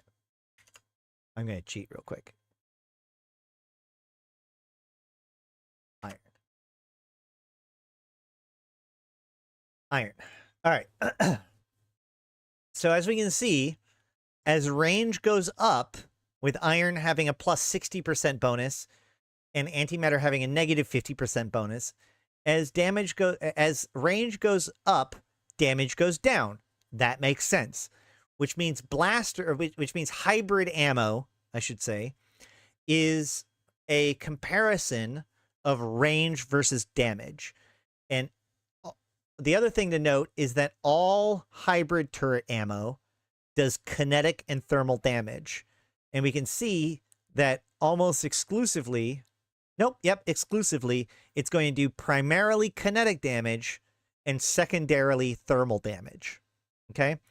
So what that means is that if you're fighting somebody who's using hybrids, you know exactly what kind of damage they're going to do, which means that you can protect against it, which is one of the weaknesses of this is what's called damage locked, right? Hybrid turrets are damage locked to kinetic and thermal damage, all right? And so most of the differences between ammunition is simply range versus DPS, right? And crystals, lasers, are a lot the same way in the fact that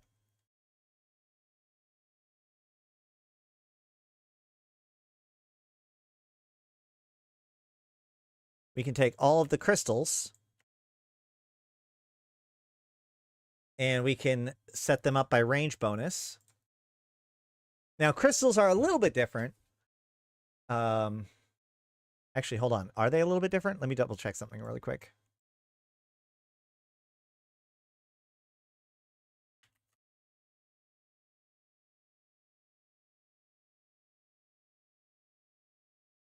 Nope. The other thing that's worth noting is that different blaster ammo require different capacitor. This is not as relevant when it comes to blasters as it is to lasers, because blasters take like half the capacitor as lasers. But it is true that different ammunition take more capacitor to run. This really comes into play when it comes to MAR crystals, though. So we see here that in the same sort of way, we have multi-frequency that does 50% range, negative 50% range bonus, and radio that's 60% range increase. So the comparison between these two is actually very similar. We can, in fact, we can go like this, and we can see like it's a pretty much of a mix as it goes through, right? Antimatter, then multi-frequency, both are negative 50. Then these are both negative 37.5. So yeah, there's basically for each range difference, there is a crystal and a hybrid ammo. So they are pretty much the same in that regard. But remember, there's a big difference here, which is that lasers take no time to switch out ammunition, whereas hybrids do. So with lasers, as I'm moving between these different range bonuses, I'm going to be switching out my crystals more frequently, because I can switch out a crystal instantly, but it takes 5 seconds to change out my ammunition in a blaster, for example. So changing ammunition with a blaster is much more of a consideration. Now, in the same way that blasters are kinetic and thermal locked, so too are lasers EM and thermal locked. So they'll do primarily EM and a secondary damage system of thermal. This means that 2 out of the 3 major turret systems do thermal damage. And in fact, if we look at the entropic disintegrator,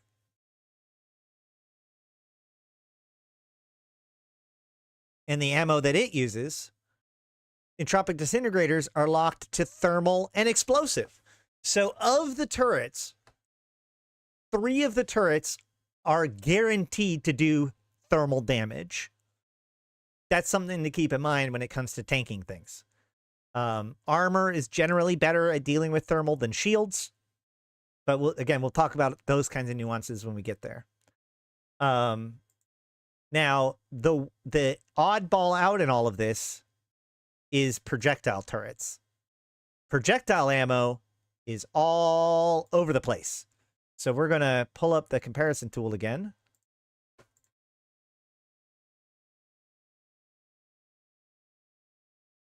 And we see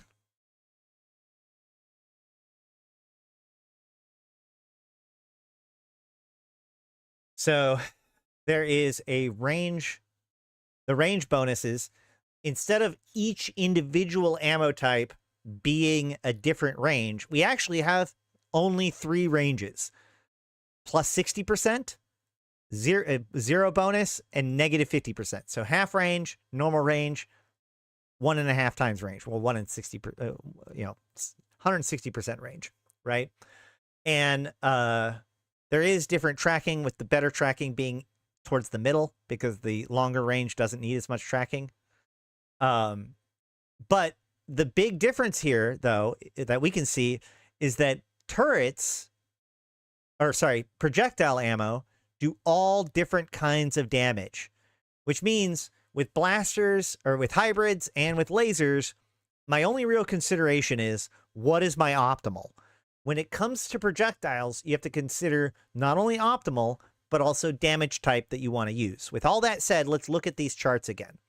We can see here that hybrid ammunition, disintegrator ammunition, and energy crystal ammunition, it's all the same damage types. And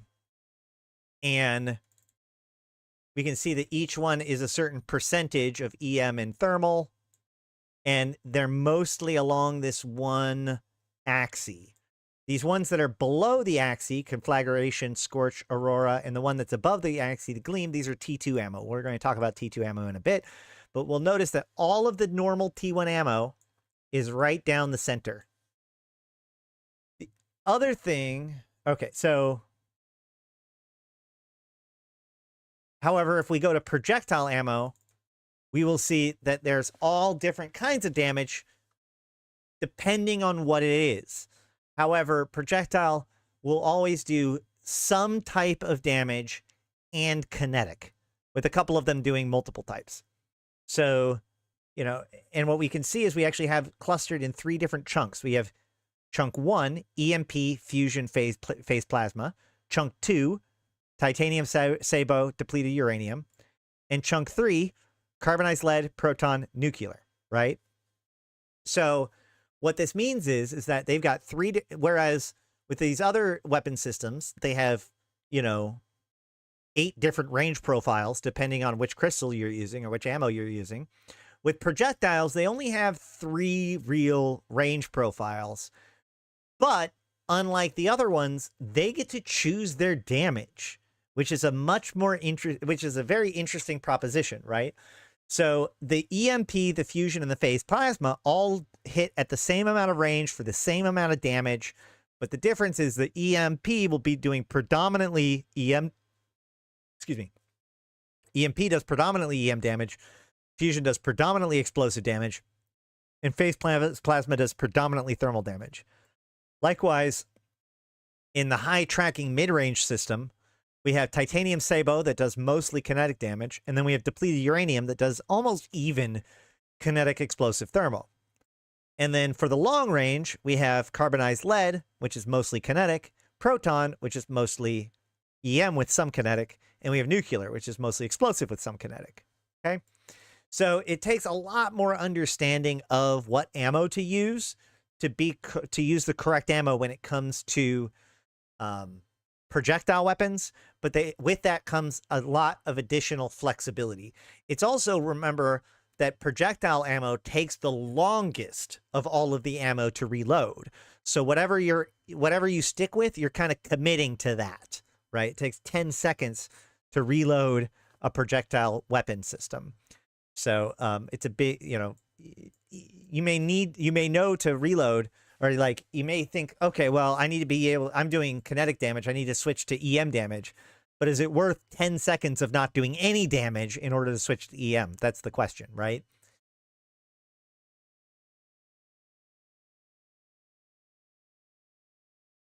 Couple of other caveats, I guess, or one other special thing when it comes to ammo, especially crystals.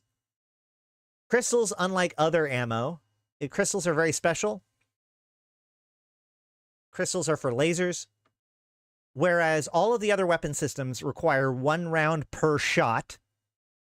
You know, each time the weapon system cycles, it consumes 1 round per turret. That makes sense. Crystals do not use rounds. They don't have rounds. Instead, they have durability. Now, these basic Tech 1 crystals that don't have anything fancy with these, the nice thing about these is that these will never break. These will last forever. Okay? But the more advanced ones, the Tech 2 crystals, faction crystals, all these other special crystals, they will break eventually. And you can show info, and you can see volatility is 100%, and volatility damage is 0.00025 HP. So basically, every time it cycles, it does this much HP of damage. So based on that, you can figure out how many cycles it'll do before it gets broken. Or I can go to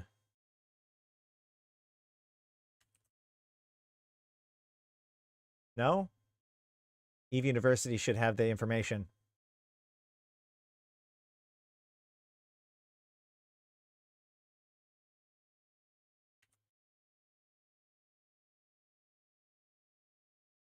Here we go.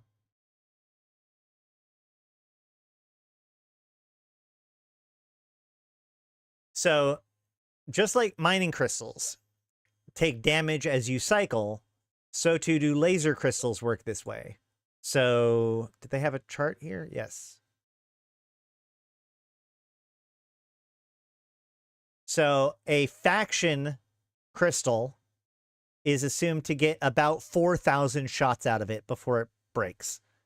Whereas a Tech 2 crystal will get about 1,000 shots out of it before it breaks. But what this means is that while a lot of other weapon systems have to carry around a lot of ammo, laser systems just need to bring like a backup set of crystals and maybe even like a backup set of plain crystals. So that way, even if all of your other crystals break, you can always swap to these crystals and they will never run out. And so lasers have to carry a lot less space worth of ammunition. The other thing that's special about laser crystals is that if we sort this by range, we'll see that it goes red, orange, yellow, purple, green, blue, which means that one way to remember what the range systems of lasers is that it is in it's in rainbow order, right? It's in this color spectrum order, from reds being the furthest range to blues being the closest range, and multi-frequency being white being the absolute closest range. So that's one of the easiest ways to tell the difference. However, you can also tell the difference just by when you're undocked, you'll be able to right-click on your turret to see what kind of weapon systems or what kind of ammo you have and what ranges they have. Let me find an example of that real quick.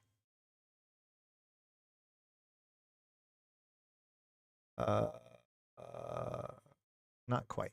I need one with more than 2.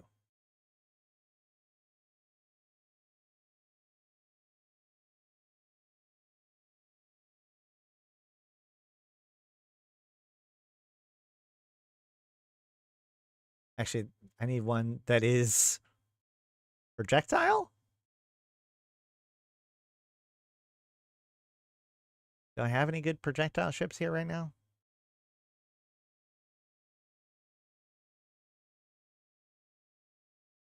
That's not project. Wait. I found a stabber.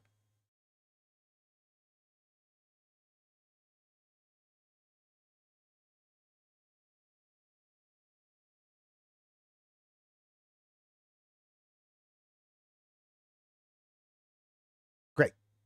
So this has 3 different kinds of ammo in it. We're going to undock real quick.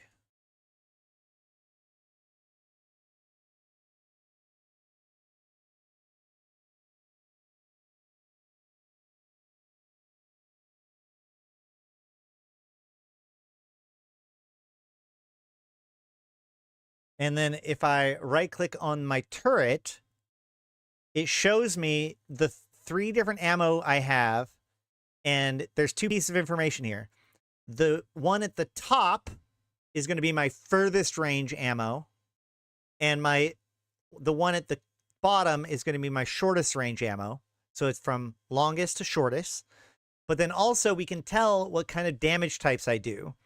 So Barrage does primarily explosive with a secondary of kinetic. EMP does primarily EM with a secondary of explosive. And Hail does a primary of explosive and a secondary of kinetic. And we can double check this on the chart. And we can see Barrage is here, the furthest range, mostly explosive, some kinetic. Back here is Hail, which is mostly explosive, some kinetic. And EMP is mostly EM with some explosive and a little bit of kinetic. So it doesn't actually show the little bit of kinetic on here, but it is there. So that is a quick way to kind of tell, even when you're undocked, to see which which ammo you might want to switch to.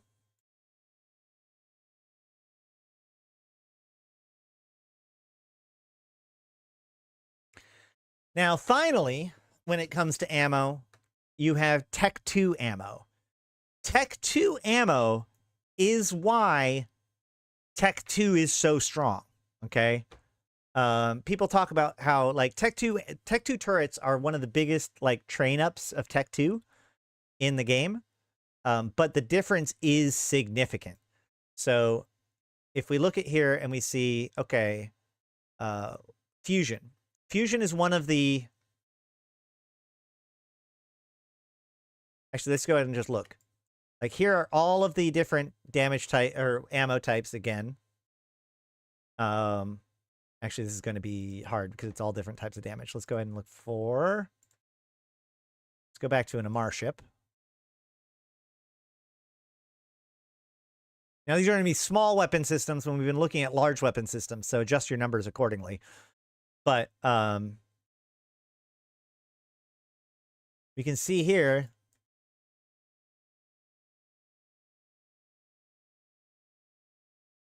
So the highest range damage weapon system is multi-frequency, which is a negative 50% range bonus and does a total of 12 damage, 5 thermal, 7 EM, okay? With radio being the furthest range at 60%, doing 5 EM and 0 thermal damage, okay? So we'll use microwave as our best example because that's 40%. That still does some thermal damage, so a total of 6 damage, right? If we compare that to Tech 2 ammo,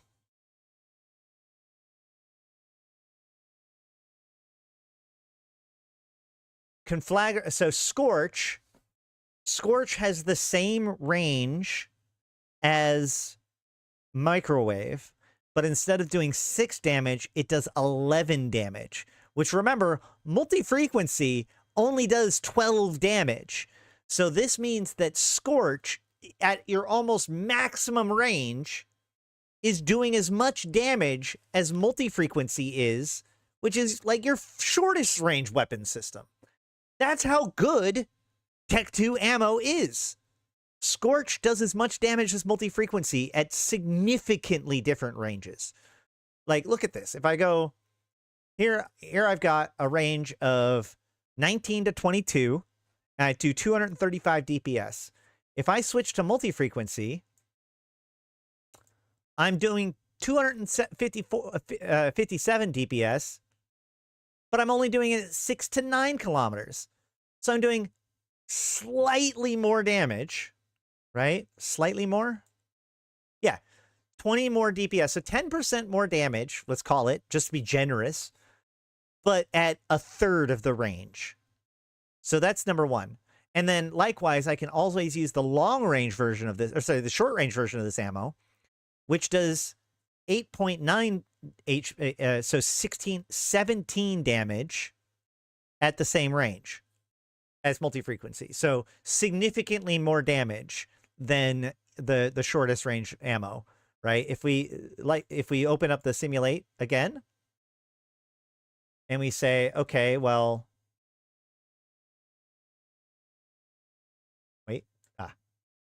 you know, what if I have all multi-frequency in here? It does 257 damage, and it has 6 to 9 optimal. With this, it increases to 381 DPS. Not quite double, but significantly higher for basically the same exact ranges. I think it is exactly the same ranges. So that is how big of a leap Tech 2 ammo is over Tech 1.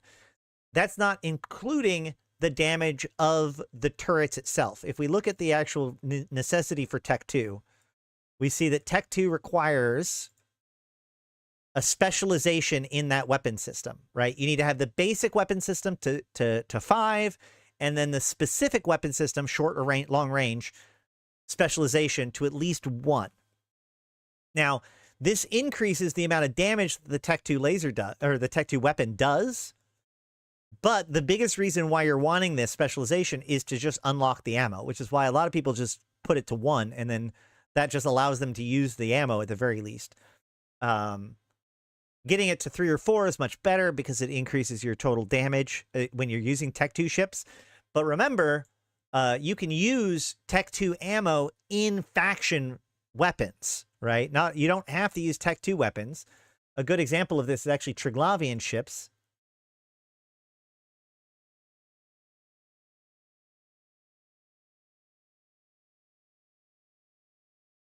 Nope. Whoops.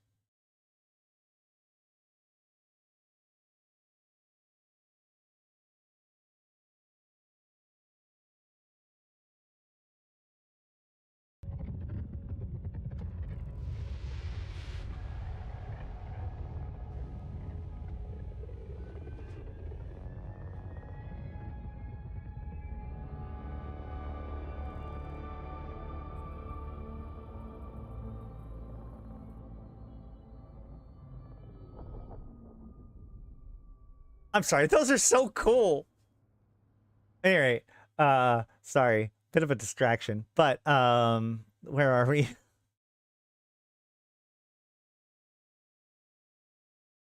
So if we simulate this thing and we give it an entropic disintegrator.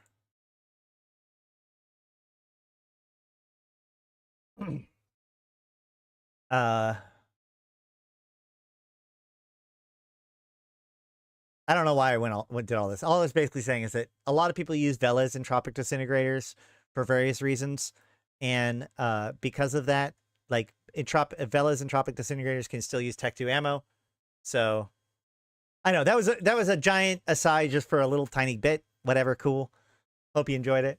But so the point of the matter is that Tech 2 ammo is significantly higher effectiveness or higher damage than Tech 1 ammo. However, there's a cost to this. Okay. Tech 2 usually means that it's specialized, which means it gives up something for something else. In this case, for most Tech 2 ammo, the thing that you're giving up is tracking. Okay. The thing that I don't have showing here is we can see tracking speed multiplier, right? And if we switch this, we can see, oh, the 2 Tech 2 ship weapons crystals, conflagration reduces tracking speed by 70% total, and the Scorch, the long range one, reduces tracking speed to 75% of normal. So 30% reduction for conflagration, 25% reduction for Scorch. And this is true across the board for short range Tech 2 ammo. And that's the other thing that is important to note with all of this, is that when it comes to Tech 1, it doesn't matter if you're using a short range weapon system or a long range weapon system, right? Both a medium blaster system and a medium rail system will both use medium hybrid skills. However, medium blasters will have their own specialization and medium rails will have their own specialization. And likewise, medium blasters will have their own Tech 2 ammo and medium rails will have their own Tech 2 ammo. In fact, there is a short and a long ammo type for each weapon system, or for each turret weapon system, both short and long range, which of course means with Triglavians, there's only 2 total because there's no long range Triglavian weapon system. There's only a shorter range weapon system, well, I guess there's just the one. But so in this case, like with pulse lasers, conflagration and Scorch are going to be your Tech 2 crystals. But if I had beam lasers, I would actually have, instead of conflagration and Scorch, I would have Gleam and, oh gosh, hold on. Used with, if we go to a beam laser, we can see we have, we need a Tech 2 beam. We have Aurora and Gleam. Now, each of the Tech 2 are built from a Tech 1. So, Scorch is built off of Ultraviolet. Conflag is built from... What is Conflag built from?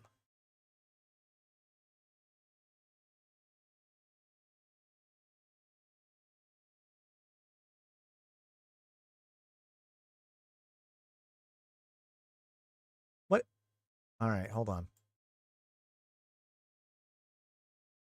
In a video explaining the connection between tracking speed, angular velocity, and however much you need to hit X target. No, because they've made that kind of an abstract number. That might be something to look into. Either way, whatever. So they use different crystals, or they use different bases in order to make the Tech 2.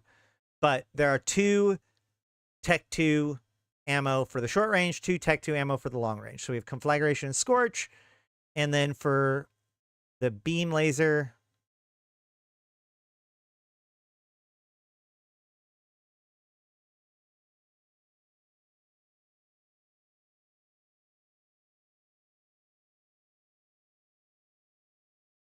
we have Aurora and Gleam. Now,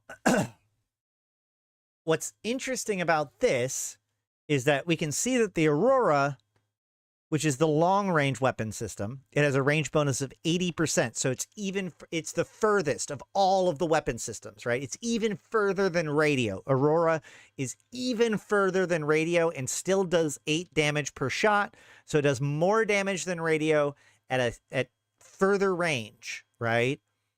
But it cuts your tracking to 0.25%. So it cuts your tracking by 75%. If they're moving, you're pretty much not hitting it. However, and this is what's interesting, the short range weapon system, or the short range ammo, Gleam, increases your tracking by 25% to 1.25 times multiplier. So what that means is that all of the Tech 2 weapons, all of the Tech 2 ammo reduce your tracking, make tracking harder, make it harder to hit your enemy, except the short range ammunition or the long range weapon system, right? So the short range Tech 2 ammo for rails, Tech 2 ammo for beams, Tech 2 ammo for artillery, that short range ammo is going to increase your tracking rather than reduce it. So if we look back onto this chart, we can now fully understand what we're looking at here. And we can see that down here at the furthest range, we have Tremor, which is the Tech 2 long-range artillery. It has the worst tracking, but the absolute furthest range. Right behind that is Barrage, which is the long-range short weapon system ammo, the autocannon weapon system. And so it's going to do a lot more damage. It's got 1.91 times the damage instead of 1.31 times the damage. But it's going to have not as bad tracking, but still pretty bad tracking. Then we have all of the normal long-range ammo systems that actually have a small bonus to tracking to them, just because it's, projectiles, and projectiles are weird. And then you have the middle-range weapon systems, or ammo, that have higher tracking. And then you have the short-range weapon or ammo that have normal tracking. And you have Hail, which is your Tech 2 autocannon damage. So that's going to have lower tracking. But then you have Quake, which is your Tech 2 artillery short-range ammo. And that has a tracking bonus.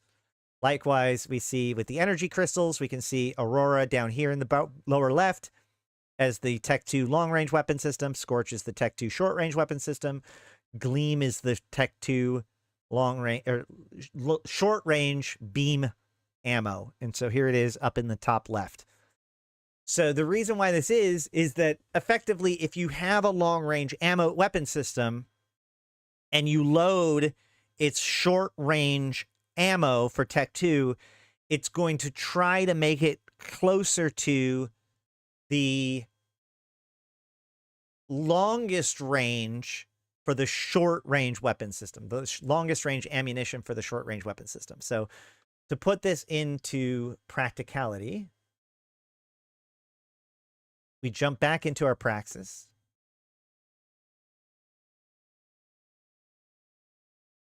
And we want to simulate. Oh boy, that was not the praxis I meant to jump into.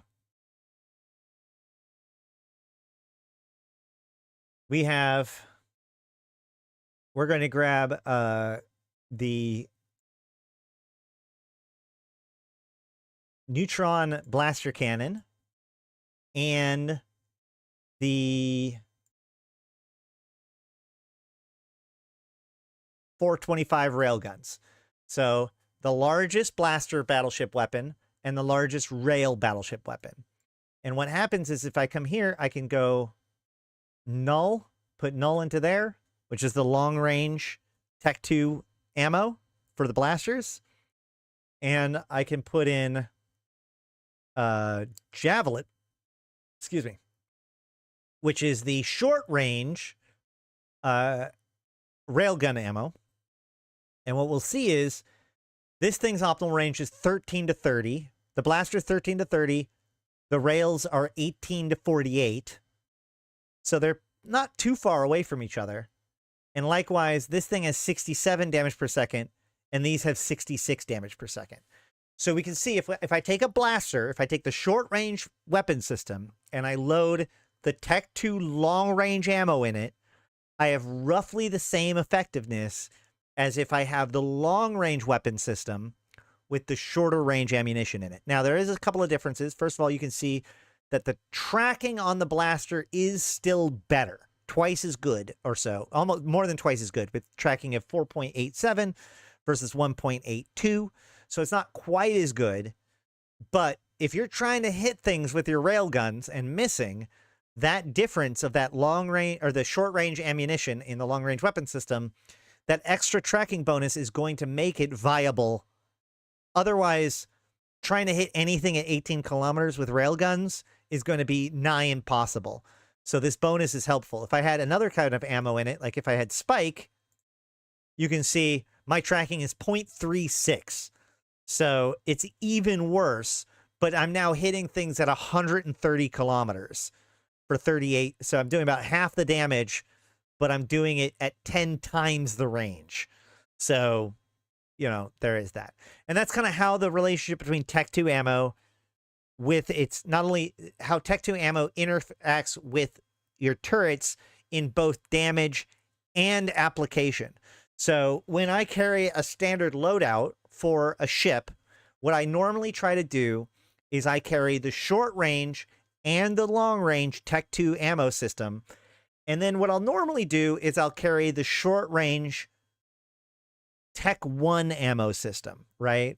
So for instance, in this battle cruiser I've got here with blasters, I'm only carrying short range weapons, but like, so normally with this loadout, I would carry like some null, some void, and some antimatter. So null is for when they're far away, void is when they're up close, and antimatter is for when they are smaller than me or I'm having difficulty hitting them, right? It is true that there are, like, if you're having difficulty hitting something, even if your damage, you know, if you try to use, this is actually a trap that a lot of people fall into. They think, oh my God, Void does so much damage, 1,000 DPS. That's incredible. Whereas Caldarian Navy Antimatter, you lose 200 DPS almost, switching from Navy Antimatter to Void. But the difference is that the Navy Antimatter is going to have a tracking of 66, and Void is going to have a tracking of 49. So if that's the difference between hitting and missing, then that Void isn't going to be doing much for you. And so Void is one of those things that, like, it does insane amounts of damage, but they require all near perfect condition to be able to actually apply that damage. So it's worth paying attention to your actual applied damage. And to that end, I'd like to recommend a tool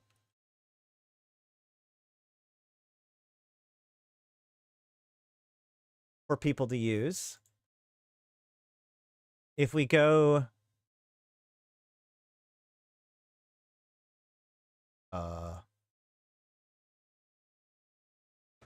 if you go back to the Notion, there's also a page called Essential Third-Party Tools. And there is a tool here titled, it's not here, there it is, Pi Eve Live DPS. Okay. I'll put the link in the description down below. Hold on, let me do that real quick.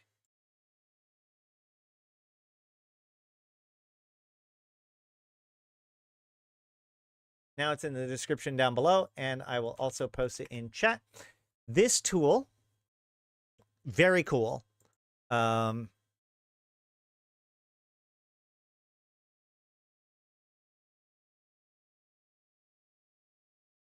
We call it Peld. And actually, if you in chat ever type in Peld, exclamation point Peld, then it should link it to you.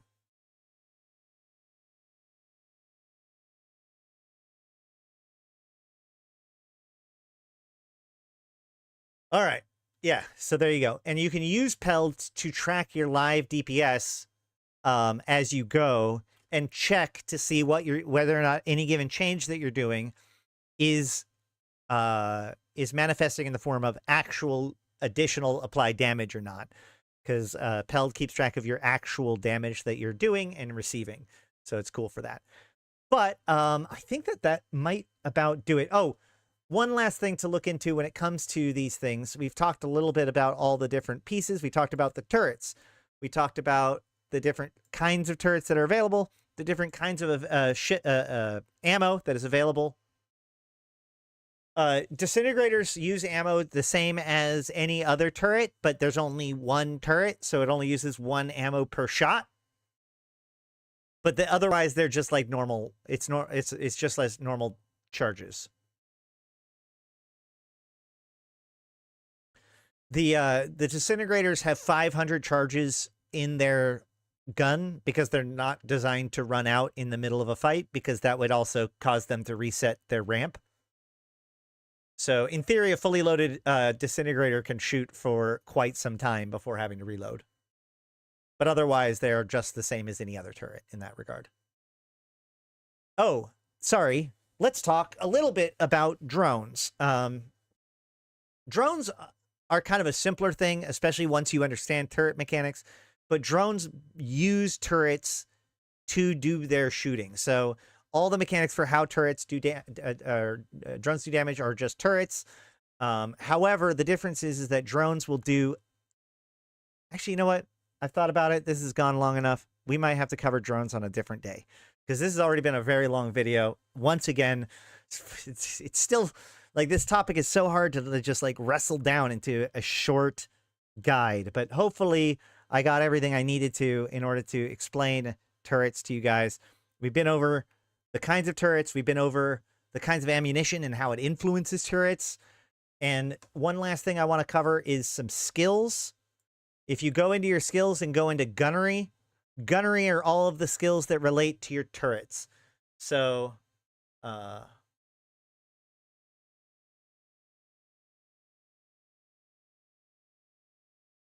yeah, well, they go through ammo a lot slower because of the fact that they only use one bullet per round. That's true. Or per shot. So, a couple skills that you're looking for. A lot of these skills here are going to be for specific weapon systems, right? Medium energy turrets, medium hybrid turrets, all that sort of stuff. Then there are the support skills that are important to call out. Control bursts. Control bursts reduce the capacitor needs of weapon turrets. Remember, this doesn't impact projectile turrets at all, and will mostly impact lasers and disintegrators, and to a lesser extent, hybrid turrets. So control bursts are one of the lowest priority utility skills to train for guns. Motion prediction increases tracking speed, so increases your application. Rapid fire increases your turret's rate of fire, which is just straight up damage. Sharpshooter increases optimal range. So which again, remember, optimal range is not fall off. So this doesn't influence everything the same. So sharpshooter will help lasers more than they will help out projectiles, for example, because projectiles already have stupid short optimal ranges, and you basically never shoot at your optimal range anyways, whereas lasers have really long optimal ranges. So sharpshooter is going to influence that a lot more. The other next, obviously, gunnery is an important skill. 2% rate of fire. Rate of fire is just more damage. We have surgical strike, 3% bonus to all damage for all weapons turrets. A lot of people sleep on surgical strike. Do not sleep on surgical strike. It's just an extra 15% damage, just layered on top of everything. No, you don't even have to shoot any extra bullets for it. It's great. Trajectory analysis. So trajectory analysis is the opposite of the sharpshooter, where sharpshooter does optimal, trajectory analysis does fall off. So once again, trajectory analysis is going to be more useful for, say, a Mimitar pilot than for an Amar pilot, because they're going to be relying on their fall off a lot more. And I think isn't there one more at least? I guess that might be it.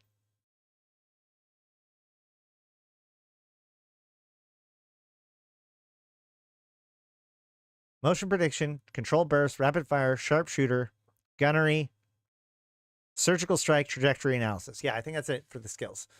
It would be nice if they had an option in the menus to re-enable seeing the old radians per second stat. I agree. But, I mean, it is what it is. I guess one other thing I'd like to point out, in order to get that tracking information, you'll want to open up your overview. I've actually long since said that I want angular velocity to be displayed on the locked target. You can see that on my overview, I have angular velocity being shown. You likely won't have it on yours by default. So the way to fix that is on the column that you want to add angular velocity to, you right-click on it, and then go to columns, and you can check angular velocity there. But you can also click change order, so that way you can check angular velocity and you can click and drag it to move it up and down the list. The higher up the list, the further left it is. The further down the list, the further right it is. So if I drag it all the way to the top, boom, now angular velocity is my first column. If I drag it all the way to the bottom, then angular velocity goes to the right column. So you can put it where you want and you can make it visible to you. That'll help, at least somewhat, be able to figure out your ability to hit them. Another way to do this is if you have your tactical overlay on, you should be able to see your own trajectory like this. And if you lock up another ship,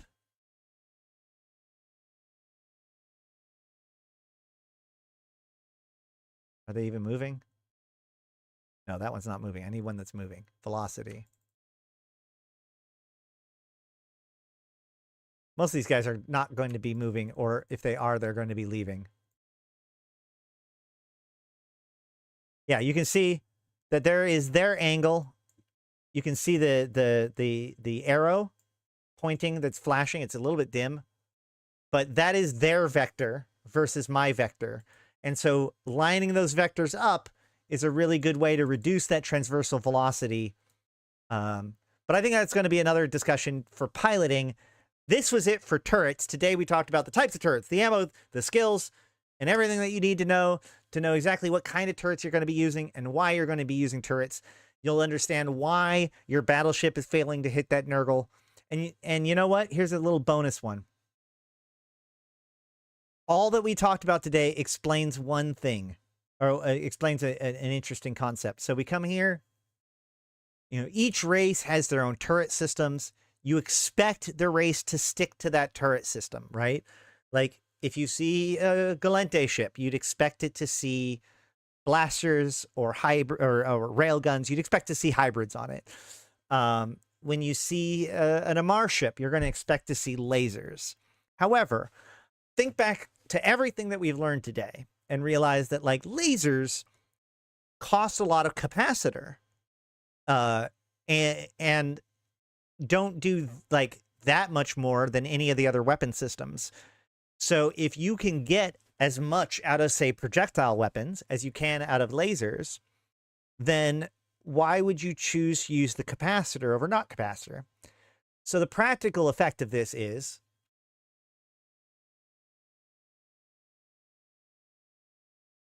the Punisher. Is this I don't even have one. Yep, here we go. So we can see this Punisher here. This Soldier of Fortune Punisher uses Gatling modulated energy beams, beam weapons. We would expect that. That sounds right. That's what a Punisher should use, beam weapons. But this one, this official fit, the EVE Online Tutorials team fit for the Punisher, uses autocannons. Why would a Punisher on a Mars ship use autocannons? Well, the reason why is we can look at the actual Mars ship's or this ship's bonuses, and we realize that its major bonus is a reduction to the capacitor cost of turrets, of energy turrets. So what the Punisher does, their damage bonus, they don't actually have a damage bonus. They only have a capacitor bonus for energy turrets. So it makes it so that it can shoot the energy turrets with the same amount of capacitor. Oh, yeah, Ragtag. Well, thank you. So I can use these autocannons, and the fact that I don't have a bonus for these autocannons doesn't mean anything to me, because the bonus that's here is a cap bonus, and autocannons already use no cap. So if I add ammunition to this thing, let's say phase plasma, I'm going to do 69 DPS. Nice. Whereas this Soldier of the Fortune is going to do 98 DPS. So it's going to do more damage, DPS, but the difference here is that this one doesn't take capacitor and has the additional advantage of being able to pick my damage type. Remember, lasers are stuck to EM thermal, whereas projectiles can do EM, thermal, kinetic, and explosive in different ratios depending on what you want to do. So you'll often see, especially with Punishers, but you'll see this in a few other ships too, where if the Amar ship doesn't have an explicit damage or rate of fire bonus for lasers, and instead just has a capacitor, an activation cost bonus, you'll see people slap projectiles on it all the time. One last thing to note, which was just brought up by Ragtag. Thank you, Ragtag. One last thing to note when it comes to projectiles, or when it comes to turrets, is how to improve turrets. Now, you can improve the ability to hit things with mid slots and low slots. The mid slot is the tracking computer. The low slot is the tracking enhancer. And you can enhance the damage with different weapon systems, each weapon system having its own damage enhancement tool, right? So lasers have heat sinks, railguns have magnetic stabilizers, projectiles have gyro stabilizers, and the and entropic disintegrators have radiation sinks. So you can see, like, magnetic field stabilizers will increase both damage and rate of fire, each one. Now these have stacking penalties, so those are going to increase your damage, whereas the tracking enhancer, tracking computer will increase your application. And then there are rigs. You can use rigs to increase your laser or your weapon fire. However, this is actually one of those things that needs people. This is one of those edge cases, right? Sometimes you'll be given a fit. You won't be able to fit it, even though it seems like you should be able to fit it, right? Like, let's go ahead and look at I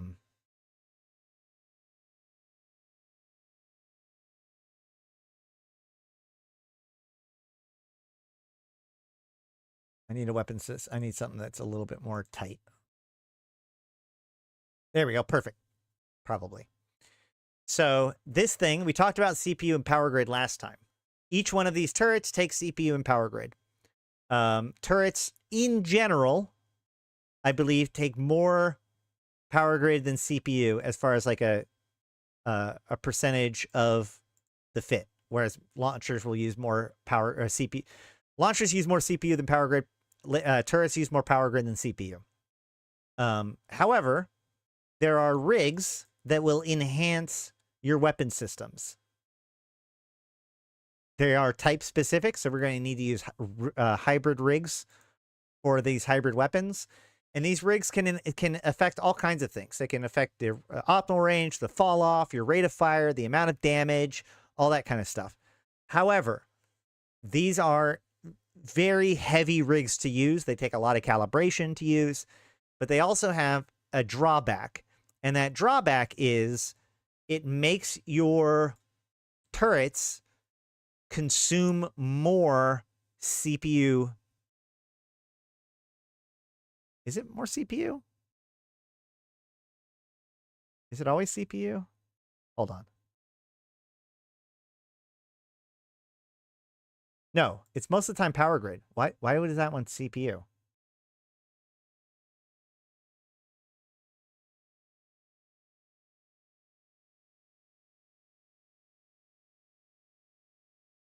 Yeah, never mind.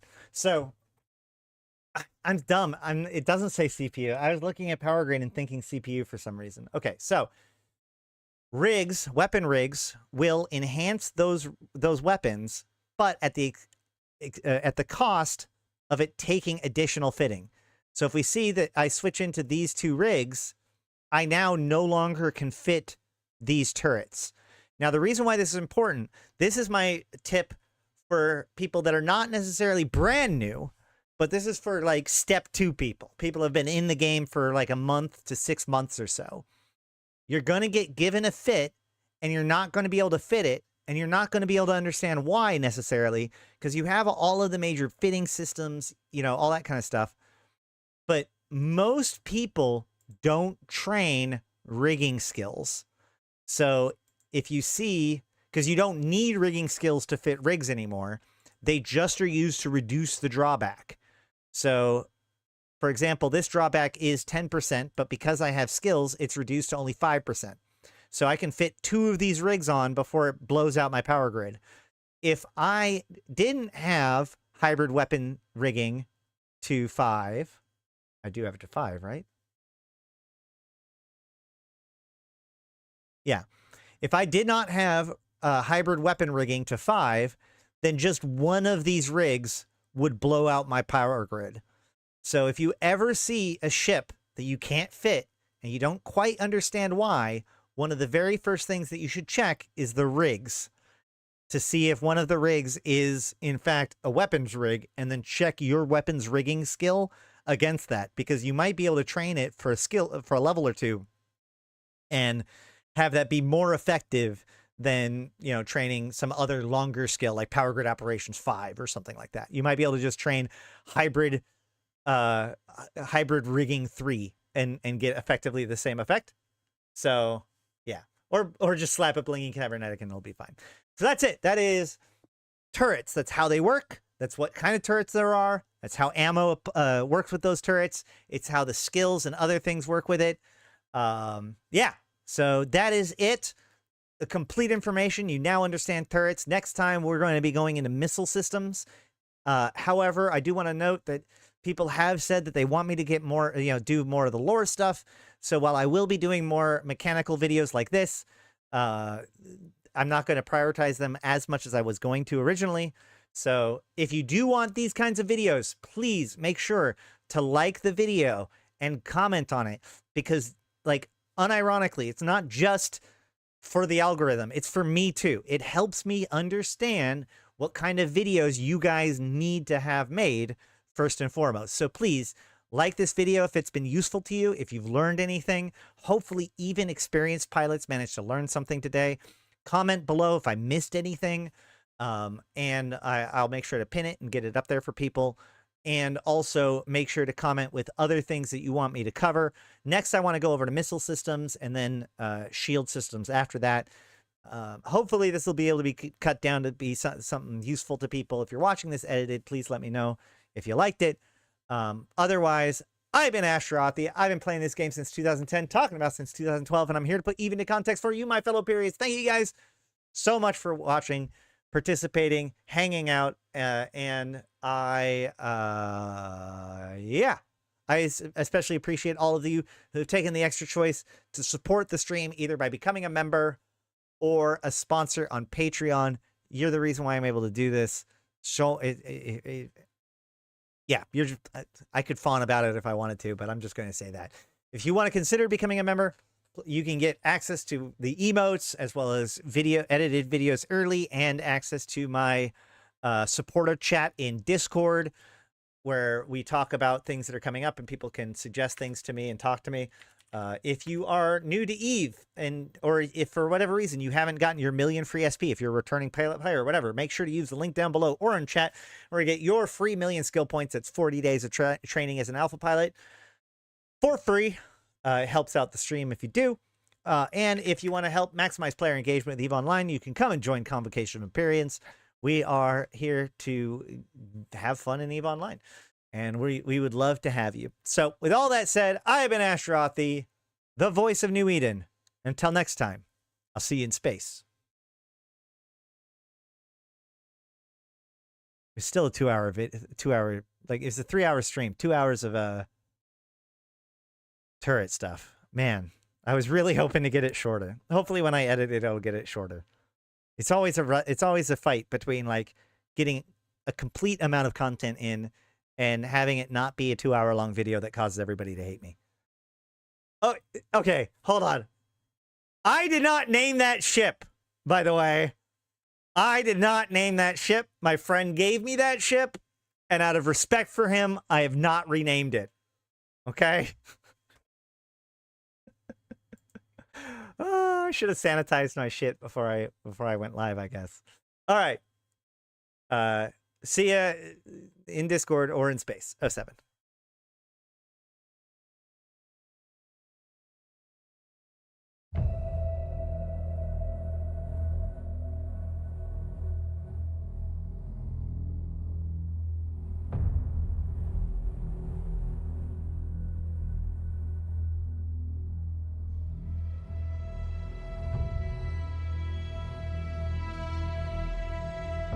Bring on the wrecking machine.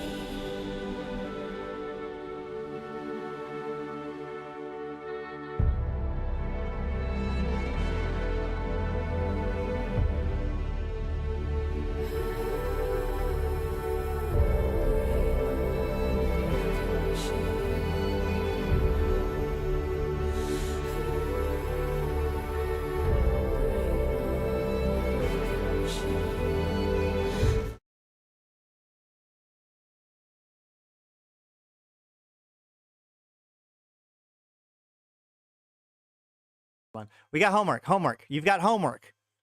Next week we are going to be doing the follow-up to the lore speed run. You caught me live. Cat tax.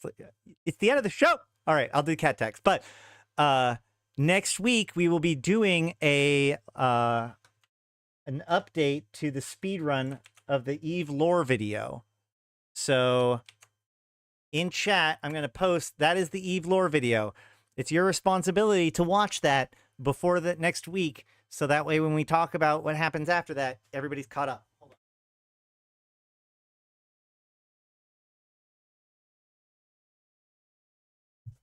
She hates it. You love it. Here's the cat tax with the dog. Oh my gosh. Oh gosh. This has gone to chaos. Oh gosh. Say hi. Okay. Hey.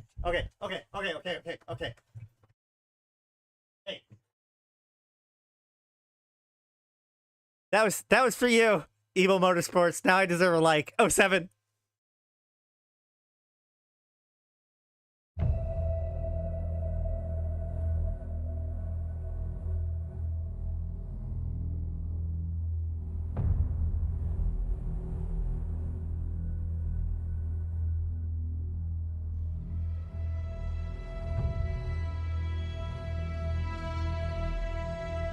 Bring on the wrecking machine.